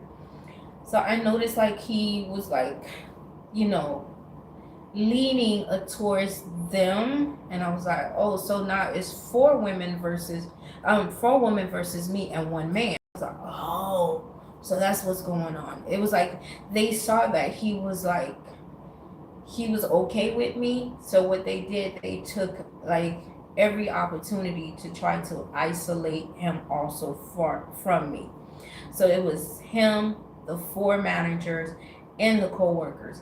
Little did I know that all of them were in a seat like sisterhood, whatever. And I don't know, because I'm like, I'm a normal person. I don't know about these sororities, secret, whatever. I don't know about that. But I know that, hey, they tend to target me. So I'm like, okay. So the next week I come to work, all of a sudden the hotel manager went out on vacation. And something said, oh no, she's not on vacation. She's right around the corner. And so I said, okay, that's not my problem. I went to work. The housekeeping manager, the general manager, and the front desk manager. I'm at work doing my thing, and the housekeeping manager, all of a sudden, out of her mouth, nowhere, said, oh, you Jezebel. Just like that. Out of her mouth, she's like, oh, you Jezebel. I looked at her. I was like, what did you say? She's like, oh, you a Jezebel. I didn't even know what Jezebel was until I looked it up. I was like, oh, you must be an old witch. It was like an old person was in her, and because I never heard, I thought it was I thought it was in the Bible, and then when I Googled search it, it was in the Bible. I was like, I heard a bitch, but a Jezebel? I was like, a Jezebel bitch? Like, dang. When she called me that, I was like, oh my God. When I tell you, I'm just sitting there, minding my business, not saying nothing to her. And and I never seen the Spanish lady, the front desk manager. She never came to the front desk and sat down at the front desk. She would ask me, she'd be like, Giselle, what rooms are available, what rooms are clean, and she would give me her report and she would go by her business. But with her, the black housekeeping manager, she tends to sit, like every time she see me, she would sit next to me. And then she would, when the guests would come in, she would act like, it was like she wanted my position. And I'm like, bitch, if you wanted a front desk position, all you had to do was, apply for the front desk position. Why didn't you just apply for the front desk position instead of the housekeeping position? In my mind. And when she said that to me, I said, oh. I walked away from her. I was like, oh, okay. And I actually called the hotel manager. I was like, what's her name? Just called me Jiselle. She's like, what? I was like, yeah, she just called me a Jiselle. Instead of taking it serious, she joked. She was like, oh, maybe she was joking. I was like, I don't know anybody that would joke with anybody like that. She's like, oh, maybe she's just joking. And that to me was like, oh, so you're part of it too. So I said, okay, no problem. I went back to my workstation and I work, And then the next week I came in work. It was the housekeeping manager, which is a black woman, the general manager, which is another black woman, the one that stays in the same hotel. She literally got a room next to me. And then the front desk manager, which is the guy that I told you that be like making real good scary movies. And then somebody else, all four of them were sitting at the front, right? And I'm like, it's 3:00. Me as a front desk clerk, I need the front desk. I need the computer to work. That's my station. The back is the managers. The front is just for the clerk. So I'm like, okay. Oh, look. They disconnect. I was disconnected. Well, of course it would be disconnected. Oh, I'm reconnected. Oh, okay. Yeah, of course it would be. So, I came in and I saw all four of them just by the desk. So I went in. And I already know, because I usually come to work and be like, hey, how are you guys? But I sense the energy, so I'm like, okay. I came in, I didn't say nothing. They saw me, I saw them. They didn't say nothing, I didn't say nothing. I went to sit. I clocked in, I went to sit, and, they saw that I was like, okay, I'm ready to work. So the housekeeping manager left.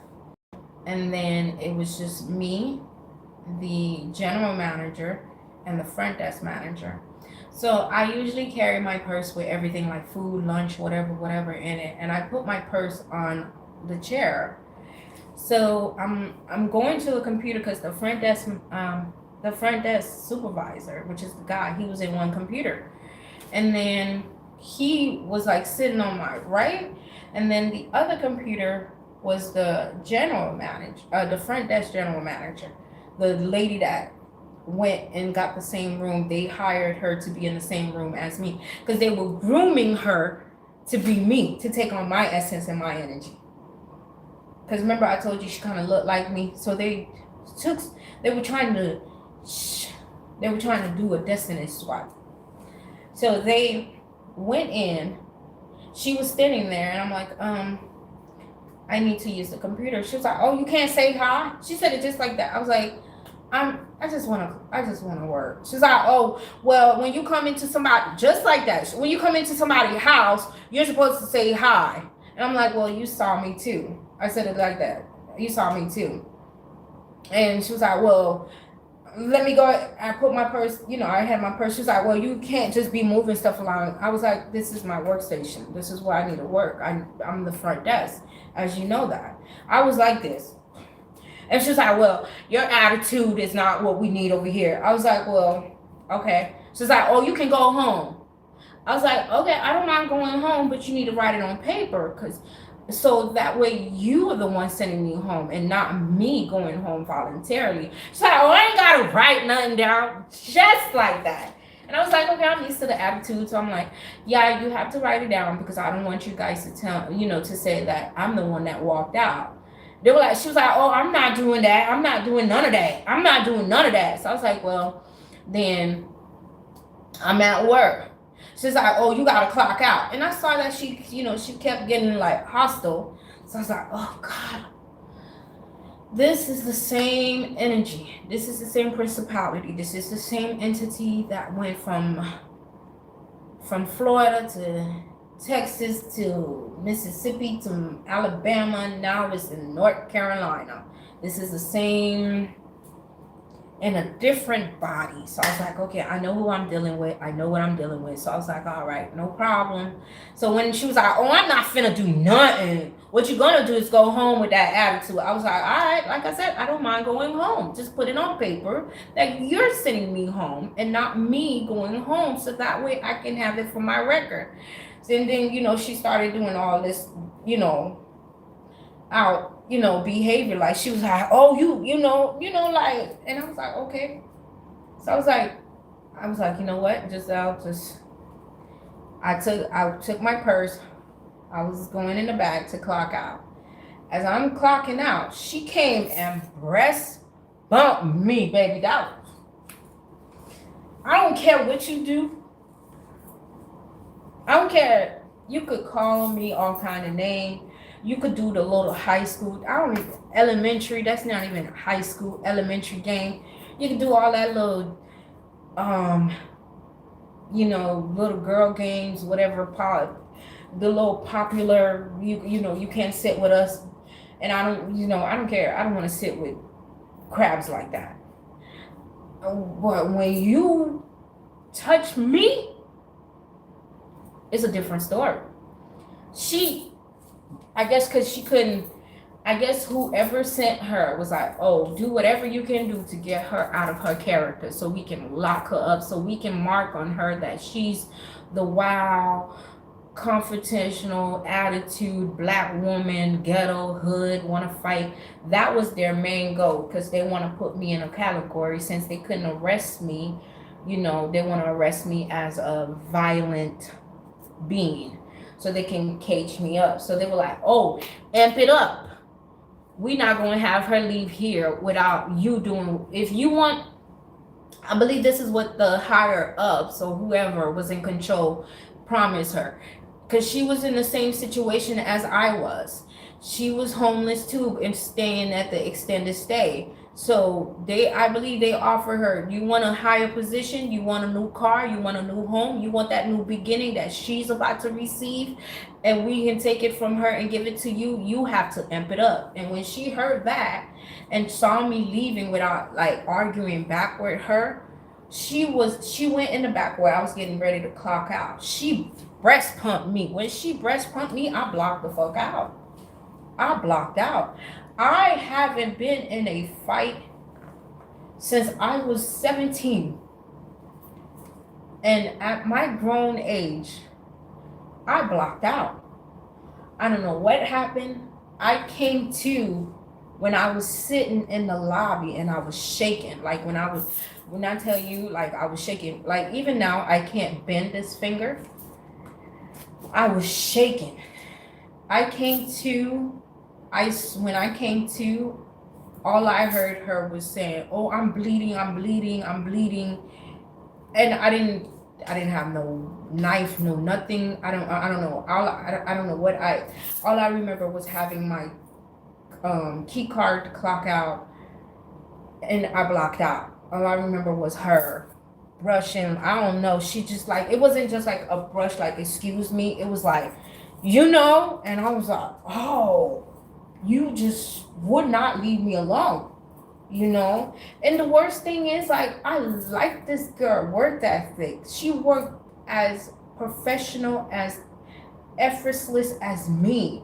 And when I tell you, it was like I was seeing me, but it was like a little different.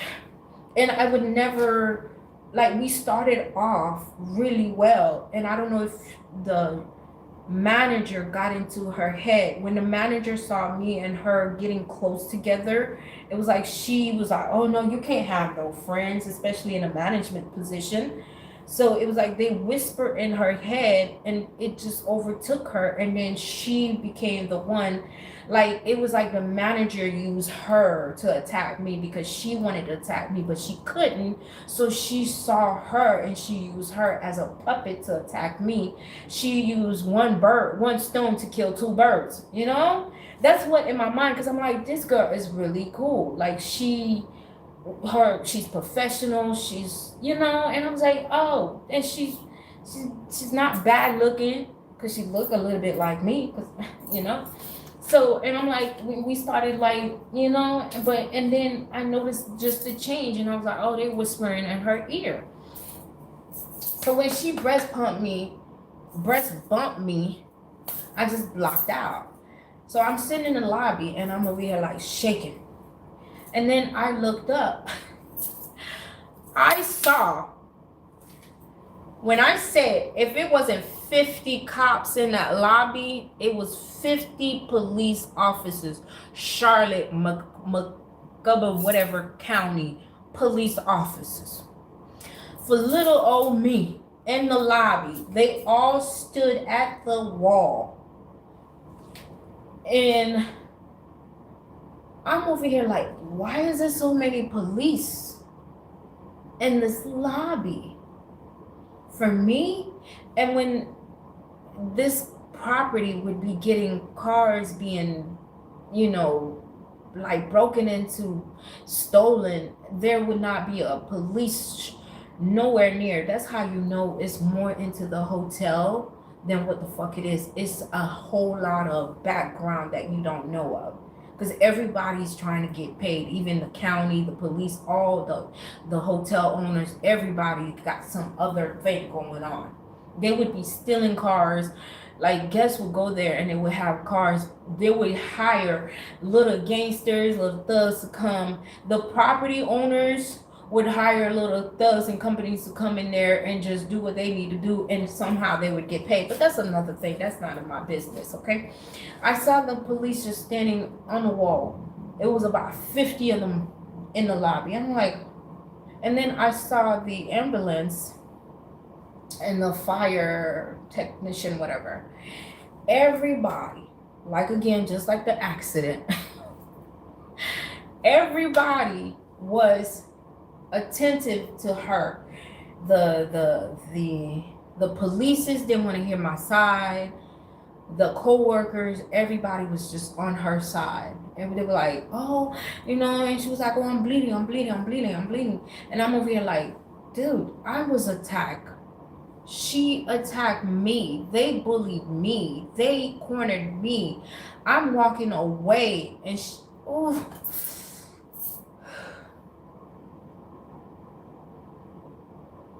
That shit made me want to cry, man. I was so hurt, because I'm like, man, after everything I've been through,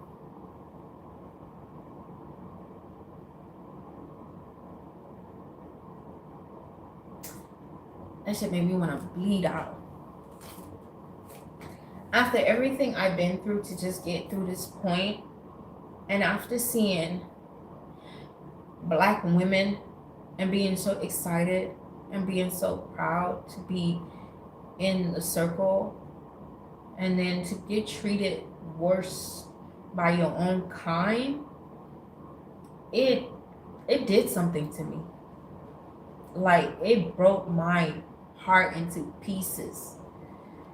And I'm like, I'm such a girl, especially my own kind, that when I saw how evil, it kind of like, it shocked me to my core. And I was like, wow, your own kind would be worse than those you would think. It just did something to me. It really did. So when I saw the 50 cops standing on the wall, and I saw everybody running to her, and I'm over here sitting in the lobby, not one police officer came. I was like, what's your side of the story? Not one co-worker came and said, are you okay? Not one supervisor, manager came and was like, are you okay? I was sitting there by myself. And again, if this is not the same guy, I don't know, it must be. Again, one of the fire technician, I don't know what they call themselves. I think it's another name, fire tech. You know, the ones, okay. A white guy same frame, same build as the one that was when I got in the accident in Alabama. He came over. He was out of everybody. And it was a show because it was like 50 cops, co-workers, some of the guests. Out of everybody, he was the only one that had grace for me. He walked over to me and was like, calm down, you won't be okay. He had the calmest. It was like I was in the middle of the storm. I was in the middle of the eye, and he was just the calmness in the eye. Like he was like, calm down. He gave me a bottle of water. He saw my finger. He was like, oh, it's broken. You want me to like try to? And I was like, no. He's like, you gonna be okay. And he patted my shoulder. He was, like how a father would. He did this to me, and I swear to you, I finally took a breath. Like I was breathing, but I wasn't breathing. And when he did this to me, I was like,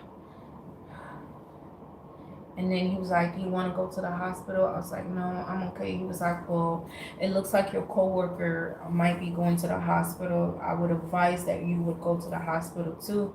I was like, well, if I do, I have to leave my car here. I bought me a little car off Craigslist. No, off Facebook for $1,000. Me and my Bumblebee. It was a Jeep. I'm pretty sure you guys will see it in my videos. I was like, if I leave my car here, I'm not gonna come back to my car being here. He was like, okay, well, I just want to make sure that you're okay.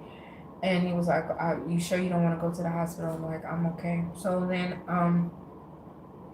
the hotel manager that was supposed to be out of town on vacation, she came back. When I tell you, it was like taking a knife and just. She came back, and when she looked at me with such disgrace and hatred that if it was like a power, and she had the power, I would have been like that. But she doesn't have the power. She looked at me and she was like, oh, ban her from the property. It was like she was waiting. She could taste it, and she her puppet to do exactly what she wanted to do herself, but to keep herself out of it was like, oh, I'm not gonna get my hand dirty, but I want you out. I want you to feel my hatred for you. What I'm gonna do, I'm going to hire somebody that I can puppet and whisper, and she's one of my sisters, and I'm gonna use her to target you and get you out of it, because you're bringing enough attention. You know what kind of like click it for me? Because one time I was working 3D11, and in the hotel, I love 3D11. I'm always in the middle. That's where you would find me, in the middle. So one time I had it was a layover with the airport, and the property was near the airport. I had a line, and I like working by myself, because I was like, okay, I'm working by myself. I don't have no coworkers, so we won't have no problem. I had a line, and it was a layover. I was answering calls. It was like I had 8 arms, and I was answering calls. I was greeting people, blah blah blah blah. One time the owner, I met the son owner, but I think that was his father or his uncle or whomever. Handsome guy too. Older Indian guy. I was like, damn.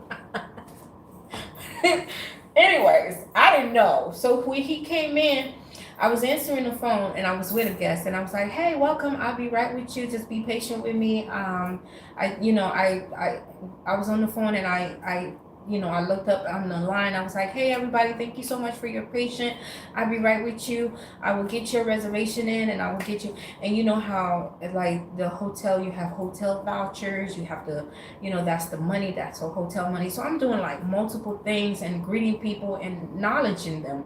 Because, at the airport, especially after, a flight delay, people be in a mood, and they don't want to come into the hotel and have nasty, service. So I tend to put myself in that, that their position, and try to make their night better, because, they might have missed a flight for a wedding or a father seeing their loved one. So I kind of was trying to put myself in their position, and I got them out of quick and fast and accurate, and I got the money, I got everything, the paperwork. I just want them in the room. I would get the money first, get them in the room of their desire, and then once I get the lobby clear, I would straighten everything else out in the system. So when he came up, he was the last person. He was like, "Oh, I just been watching you and I like how you work." And I was like, "Oh, thank you." I'm thinking he's just a normal, customer, whatever, guest. And he was like, "Oh, I'm such and so, family member." And it took me a little minute to think about it, because I was like, "Oh, who is this?" Then I was like, "Oh, that's the son owner." Oh, I was like, "Oh, you're his family." He was like, "Yeah, yeah, and I like your, and what you bring to the company." I had to come see it myself, because I've been reading about you online and the reviews and stuff like that. So I think that kind of like me getting reviews and how my performance and how I think the owners were talking about me kind of like sent a jealousy to the property manager.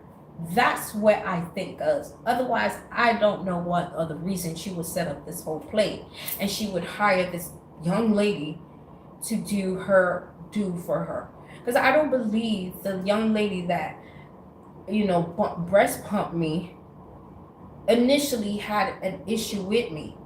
I really don't, because for the initial, introducing part, like the intro of our work situation, it was casual and friendly, and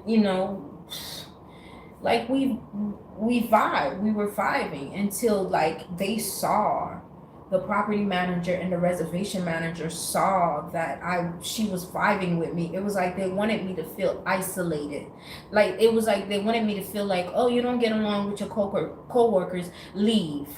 Oh, you don't, we don't like you, leave." And when they saw that I wasn't leaving, and when they saw that whatever they were doing, I wasn't going nowhere, and I kept getting reviews, and the owners would read it, and the owners, I'm not sure if the owners would say something to her about it. I don't know, but it was an issue, and then the jealousy just kept going and going until she was like, "Oh no, I gotta get her out of here."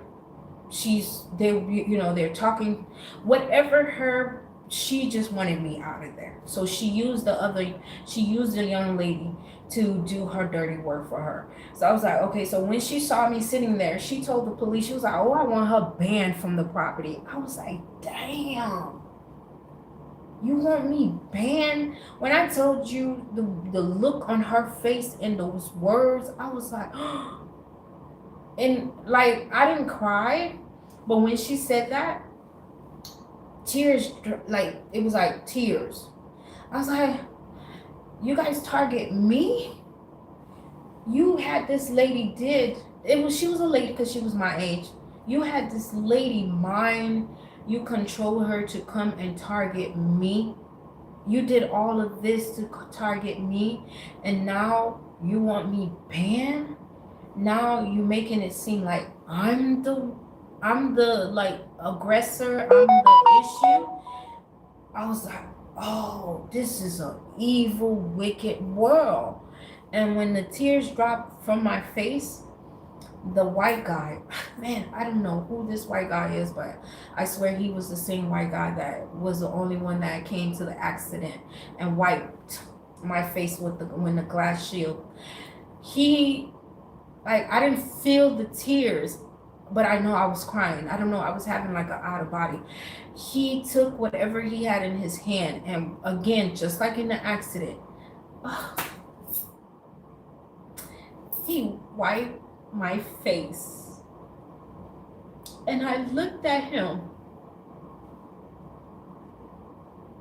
and I saw his blue eyes. And it was like, dude, don't cry. I looked in his blue eyes, and it was like his eyes were talking to me without even talking. And when I looked in his eyes, I just automatically stopped crying. And when she said that, I got up and I left. I went in my car and I drove all the way to my apartment. And I'm like, in my car, I'm like, man, I just got my apartment. I just came from being homeless. I just lost my car. I'm like in tears. I'm like, God, what is it? What what is it that you want me to do? No, I'm talking to the primary creator. I'm like, I'm talking, I'm crying, I'm giving myself encouragement. I'm like, I'm gonna be okay, I'm gonna be okay. And I'm like, damn, I'm going back into the same situation that I literally just pulled myself out of. I'm gonna lose everything again, because this is like the fourth apartment that I furnish, and so I'm like, okay, I'm good. I got to the house, I rolled me a blunt.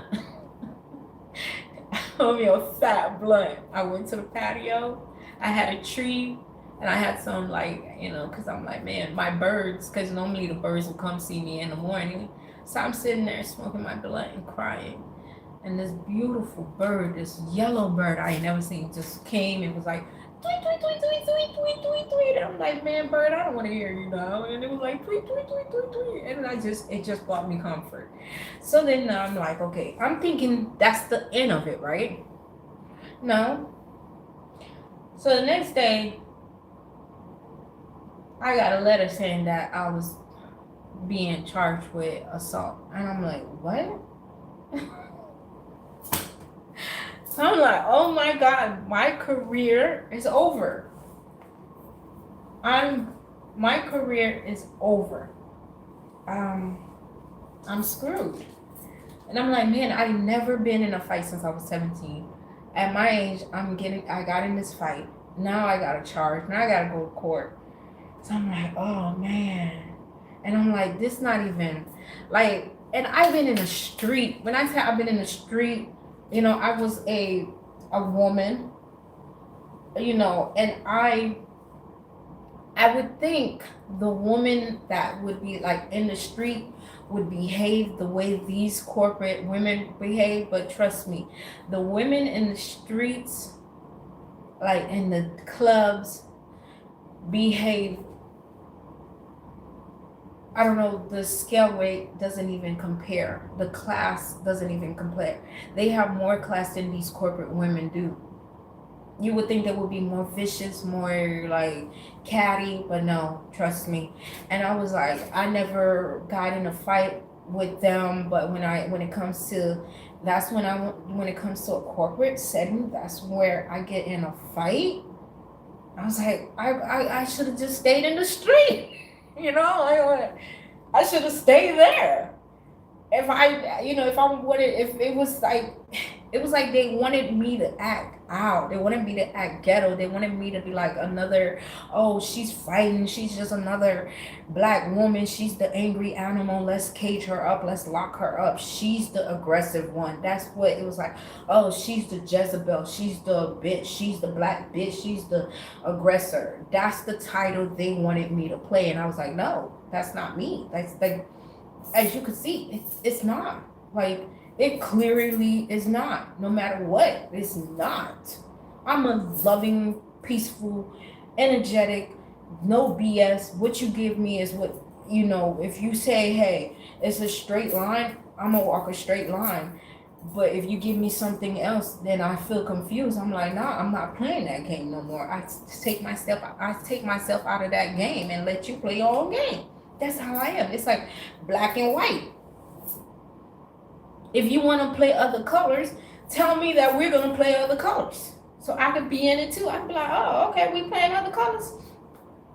I want to play other colors. But if you tell me it's black, I'm going to play black. If you tell me it's white, I'm going to play white.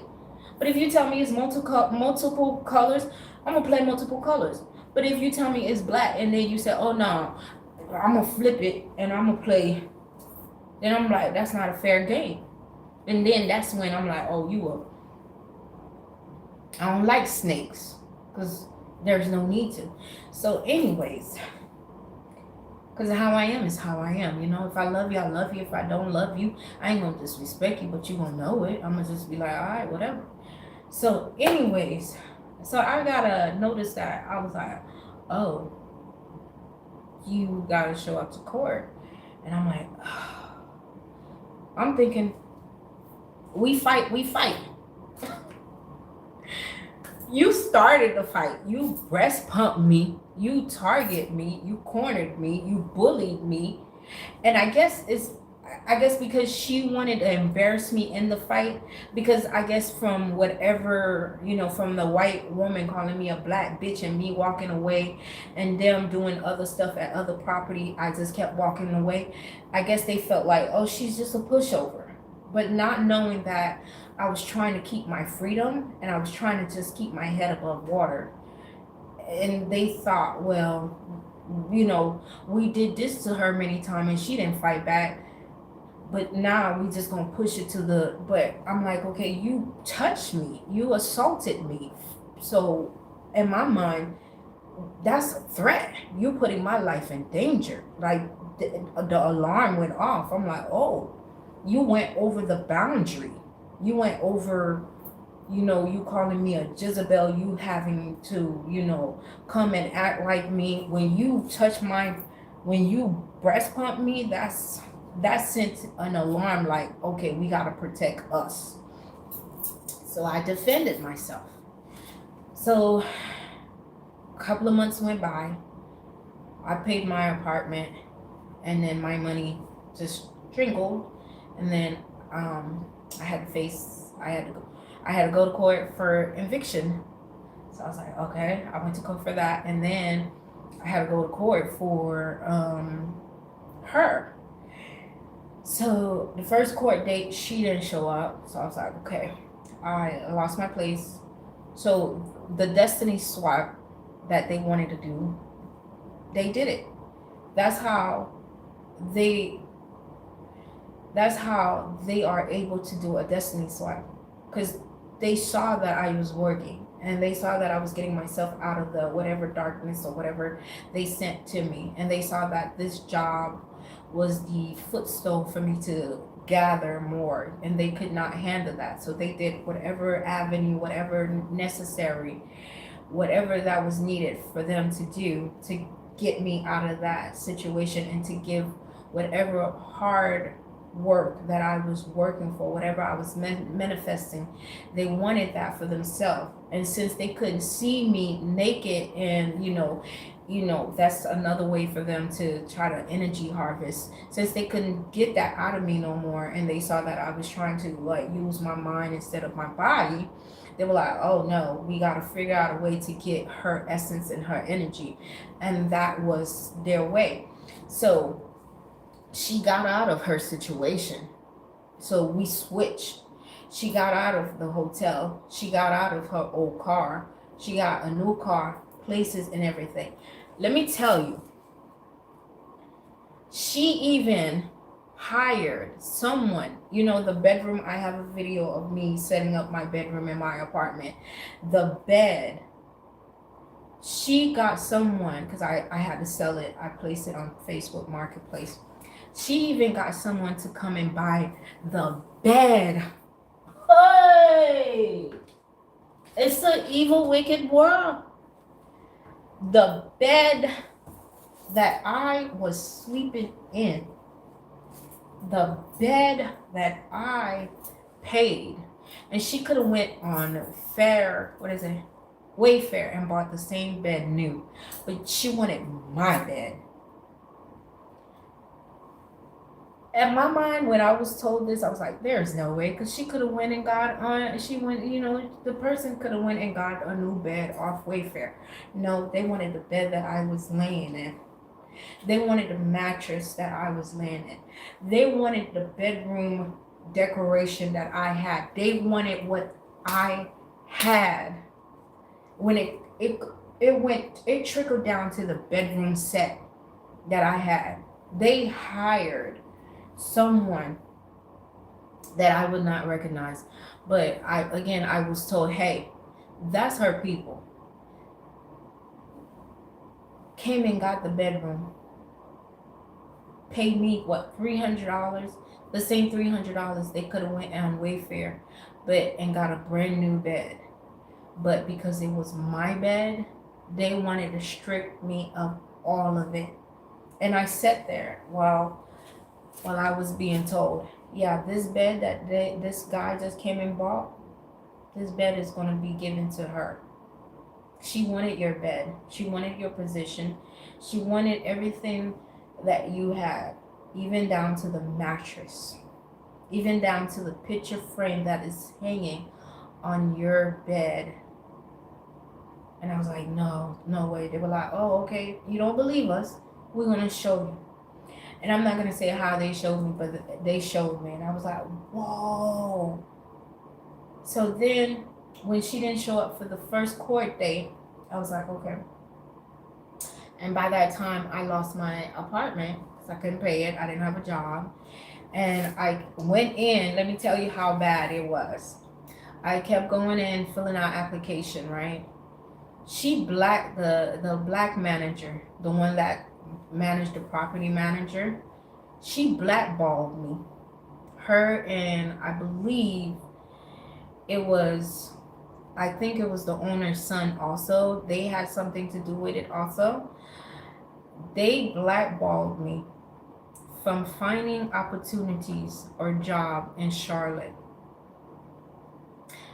I would go for interviews and they would greet me, and it was one thing all of them did that told me, and I would be told, I'd be like, oh, they're not gonna hire you because they were already informed by by their group, by their friends, by you know their cult not to hire you. And I was like, really? They're like, yeah, we're gonna show you. I was like, okay. I didn't believe them, but they showed me, and I was like, oh, they blackballed me. So for me, they wanted me out of Charlotte. They wanted me out of my place. They wanted to arrest me while I was at that property, while I was at the hotel. But because it wasn't me that initiated the fight and I was defending myself, they could not arrest me.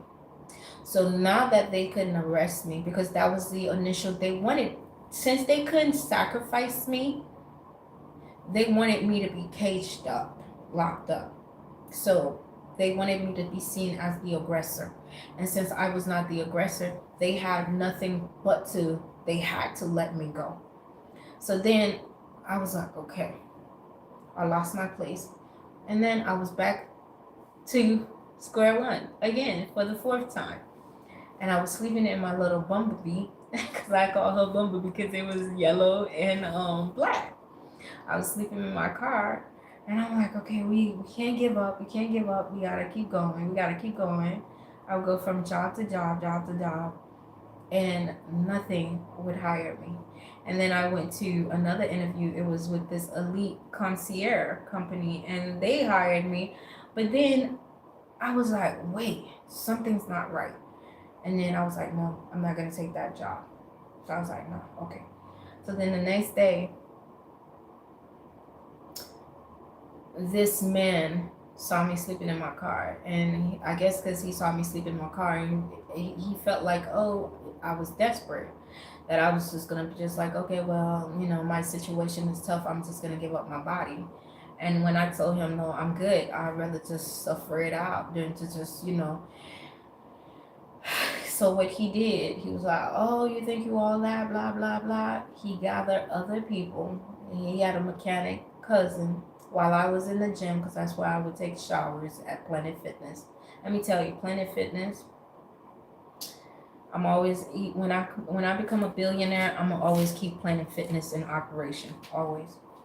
Always. Always. I'm gonna do that.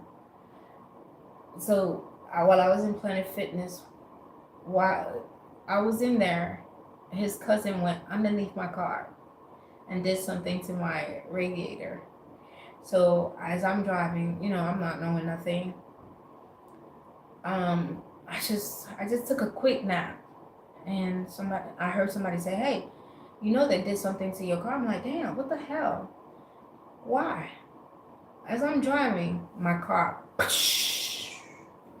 overheated, and I'm like, oh my god. Wait, are you serious right now, God? Then the voice said, well, we told you. I was like, man, why y'all keep telling me shit and not doing nothing about it? Stop telling me and do what need to be done. And then I was like, oh my God, what am I going to do? So I called this, what is it? Junk car, buy cars, junk. We buy junk cars. So I called this we buy junk car thing. This Spanish guy came over, Mexican. And me and his son. At first he was like, oh, we'll give you $300. When he came into the car, he was like, oh, no. He's like, well, I'll give you $150. I was like, all right, I don't care. Again, everything I own was in that car. 2 cars. Everything I own in the car taken away. And I'm like, man, what now? What do I do? And I'm back with the book bag. I'm like, man, I'm back with the book bag walking. I'm like, man, okay, so I see the situation. We're not supposed to be here. So, and they want us out of the fucking city. They want us out of the city. But I'm like, the city accepted me, but the people doesn't. Because if the city didn't accept me, it would not open its gate for me. But that's a whole. I had access. I had access from those that. But it's another thing. So I was like, okay. I got on the bus again, Greyhound. And I was like, man, I know who's in the background. I know the master.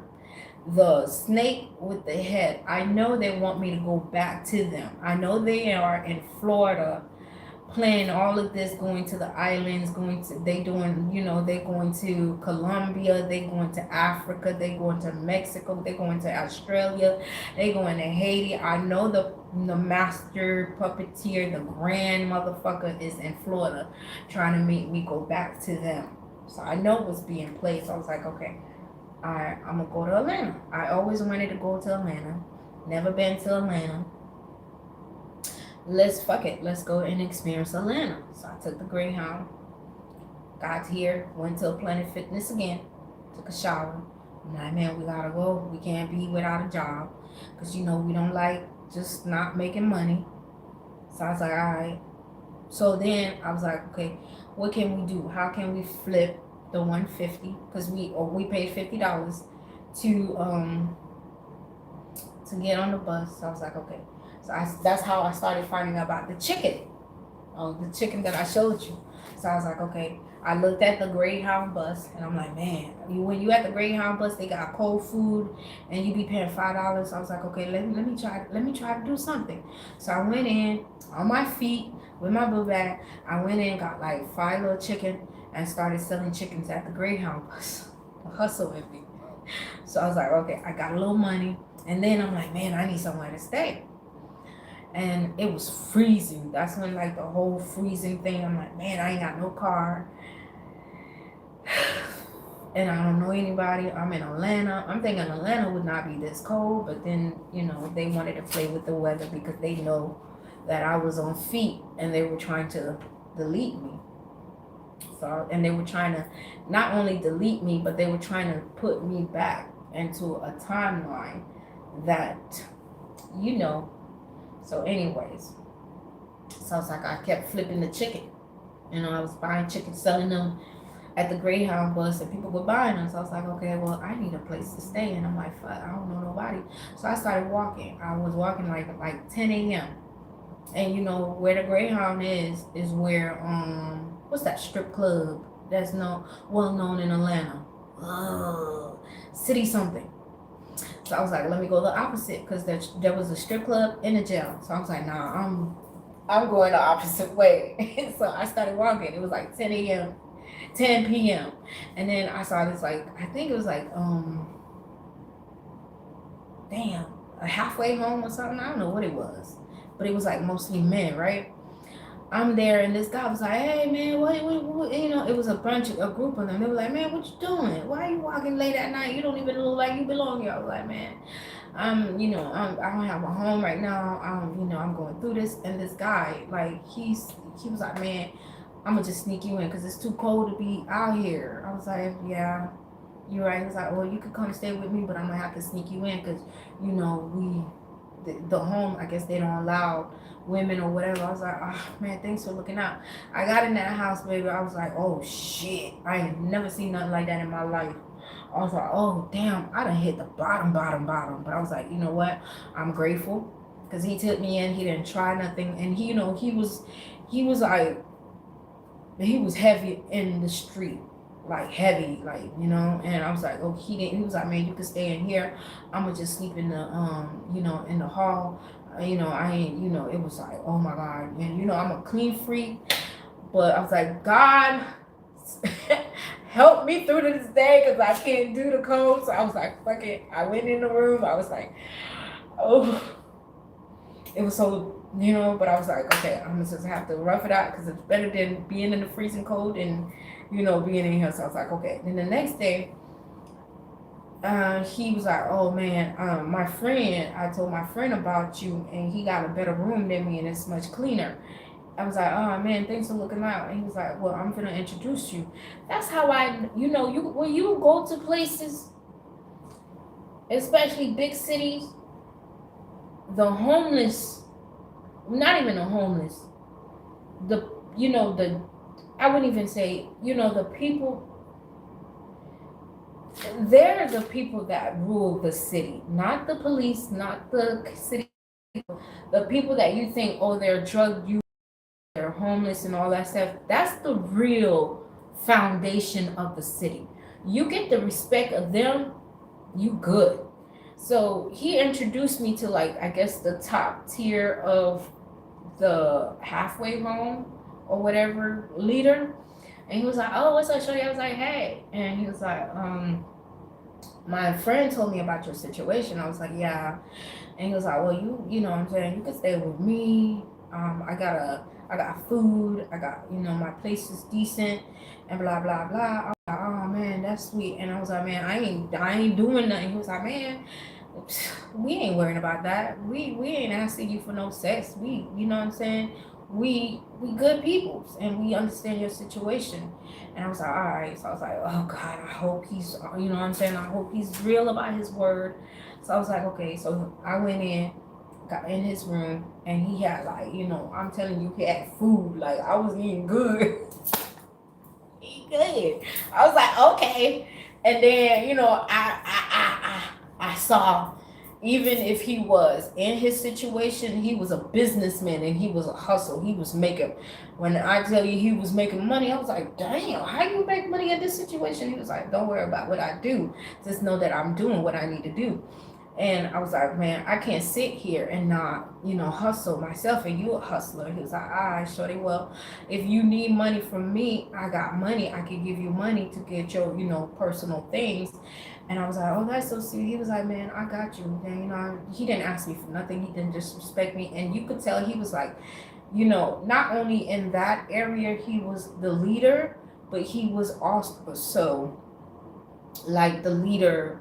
Like, he know people that know people that know people. You know how it's a whole ladder of general. He was a general. So, and he was like, if the Tri-Rail is not far from where we at.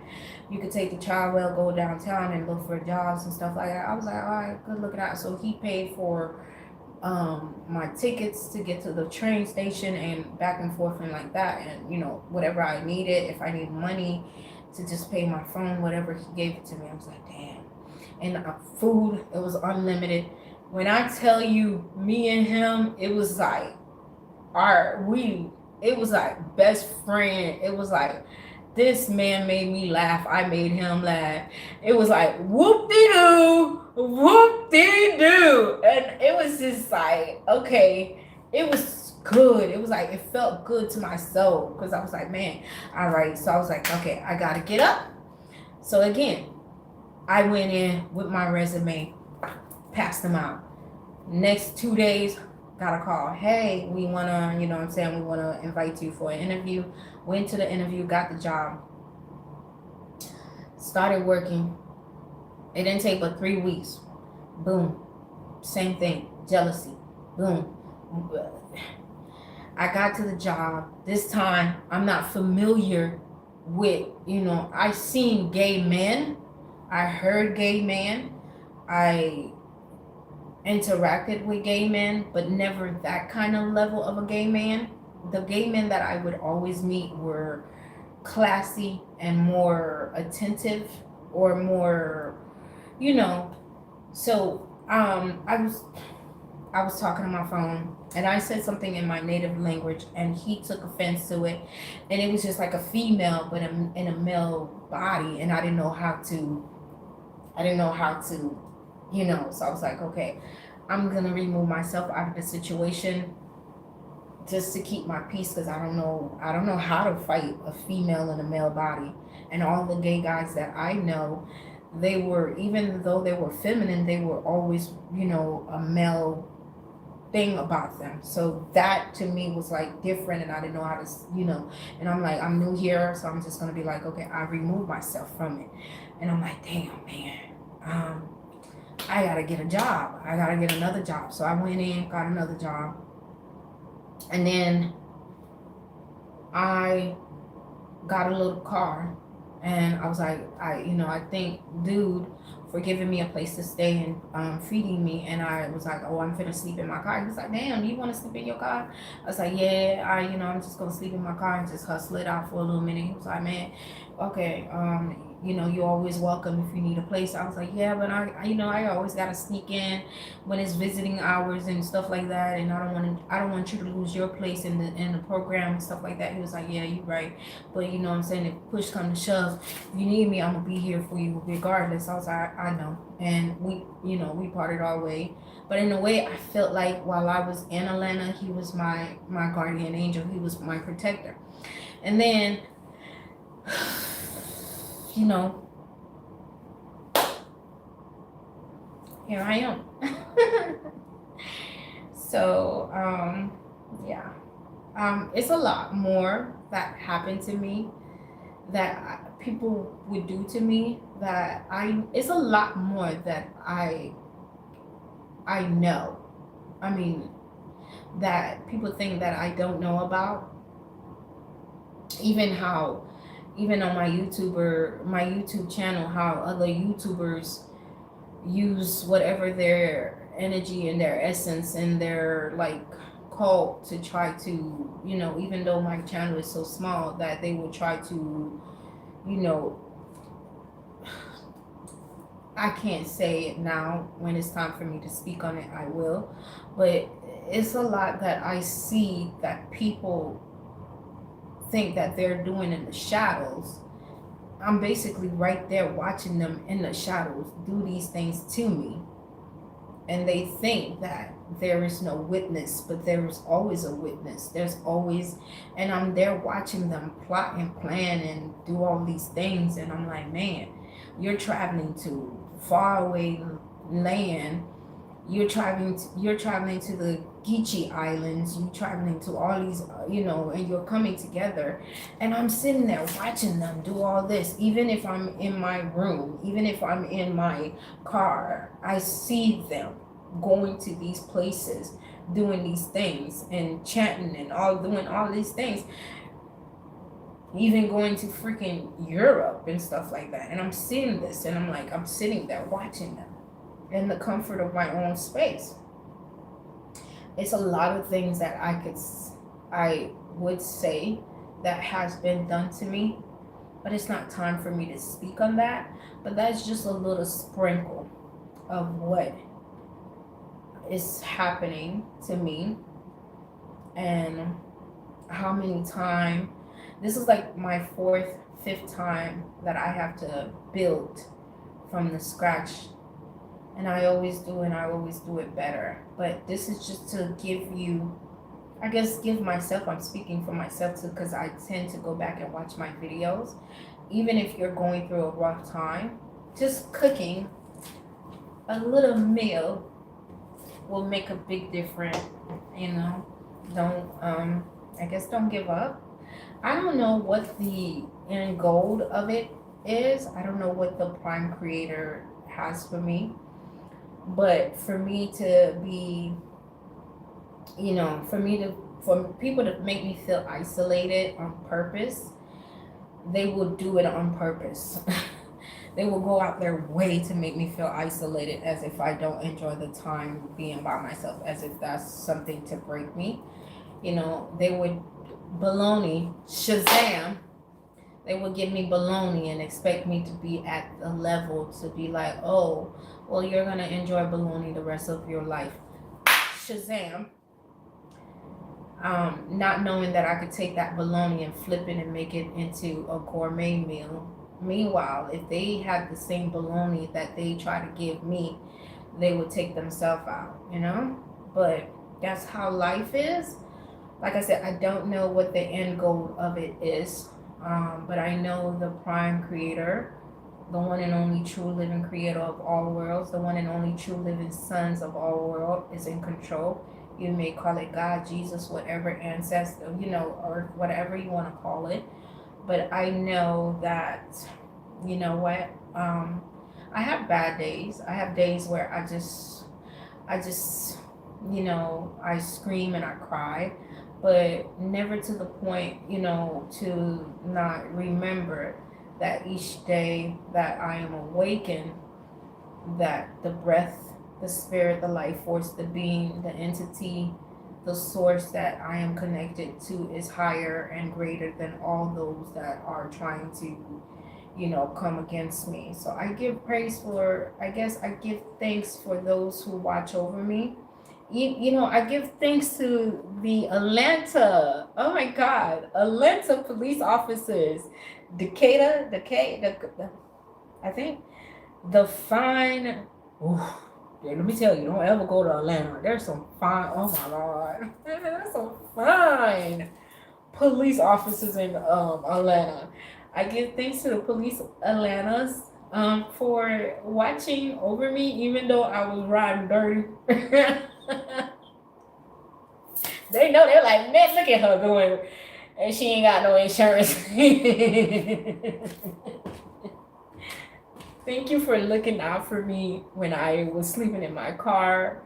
You know, thank you for watching over me. I'm telling you, those officers who look over me, I will always protect you guys and watch over you guys. Thank you for giving me grace, which I believe the guy that was, you know, that looked out for me in the halfway house, I believe he has connection with the police officers too. Like I said, he's a general. You never know where you're gonna meet a general, even if it's in a situation where you would think that it's nothing but junkies. There's, if you get the, when you go into a city, always respect the homeless, always respect the ones that you think is a junkie, because those are the ones that's really running the city. They know the ins and out. They know the true generals. They know the lions of the, you know, of Judah. And if you got a lion of Judah watching, you know, over you, then you are good. And I thank the Lion of Judah and Atlanta for watching over me. Whoop-de-doo! You know, you're one of a kind. But I want to thank Atlanta police officers, even the females, baby. The females were looking good in them uniform. I was like, oh, I need a uniform for a day. Thank you for watching over me. Thank you for giving me grace and not, you know, yeah. So that's a little bit of my itsy bitsy stories of whatever this magical storyline that's being written out. I don't know what I hope and I believe that I will have a happy ending where I can be peaceful and stable, and hopefully see my kids have grandkids, and hopefully have, you know, true love, because I do give out true love, and for once I would, you know, it would be great to receive that true love back. But, you know, I don't know whether it is in relationship, friendship, or just community. But I don't know what the next chapter is. No one, I guess none of us does. So, yeah, I guess if I, you know, once I am told that it's okay to share the rest of my story, then I will share it. But for right now, your girl's holding on, you know. I'm holding on and I'm grateful. Not only am I grateful, but I'm thankful for everyone that has my back. Seen and unseen, known and unknown. Everyone that prays for me, everyone that, even the spirit, that the entity, the life force, that little light of mine, I'm gonna let it shine. That little light of mine, I'm gonna let it shine. That watch over me, because it is wonderful. It is. So I don't know why I'm missing my necklace. I can't find my necklace, but I'm pretty sure it's somewhere. Yeah. So yeah, I'm kind of glad I got that out. Bye. Oh, I'm gonna enjoy my food, cause my little chicken. You see this chicken? Chicken. All right. Oh, I forgot about the food. Fall off the bone. Mm. Mm. Mhm.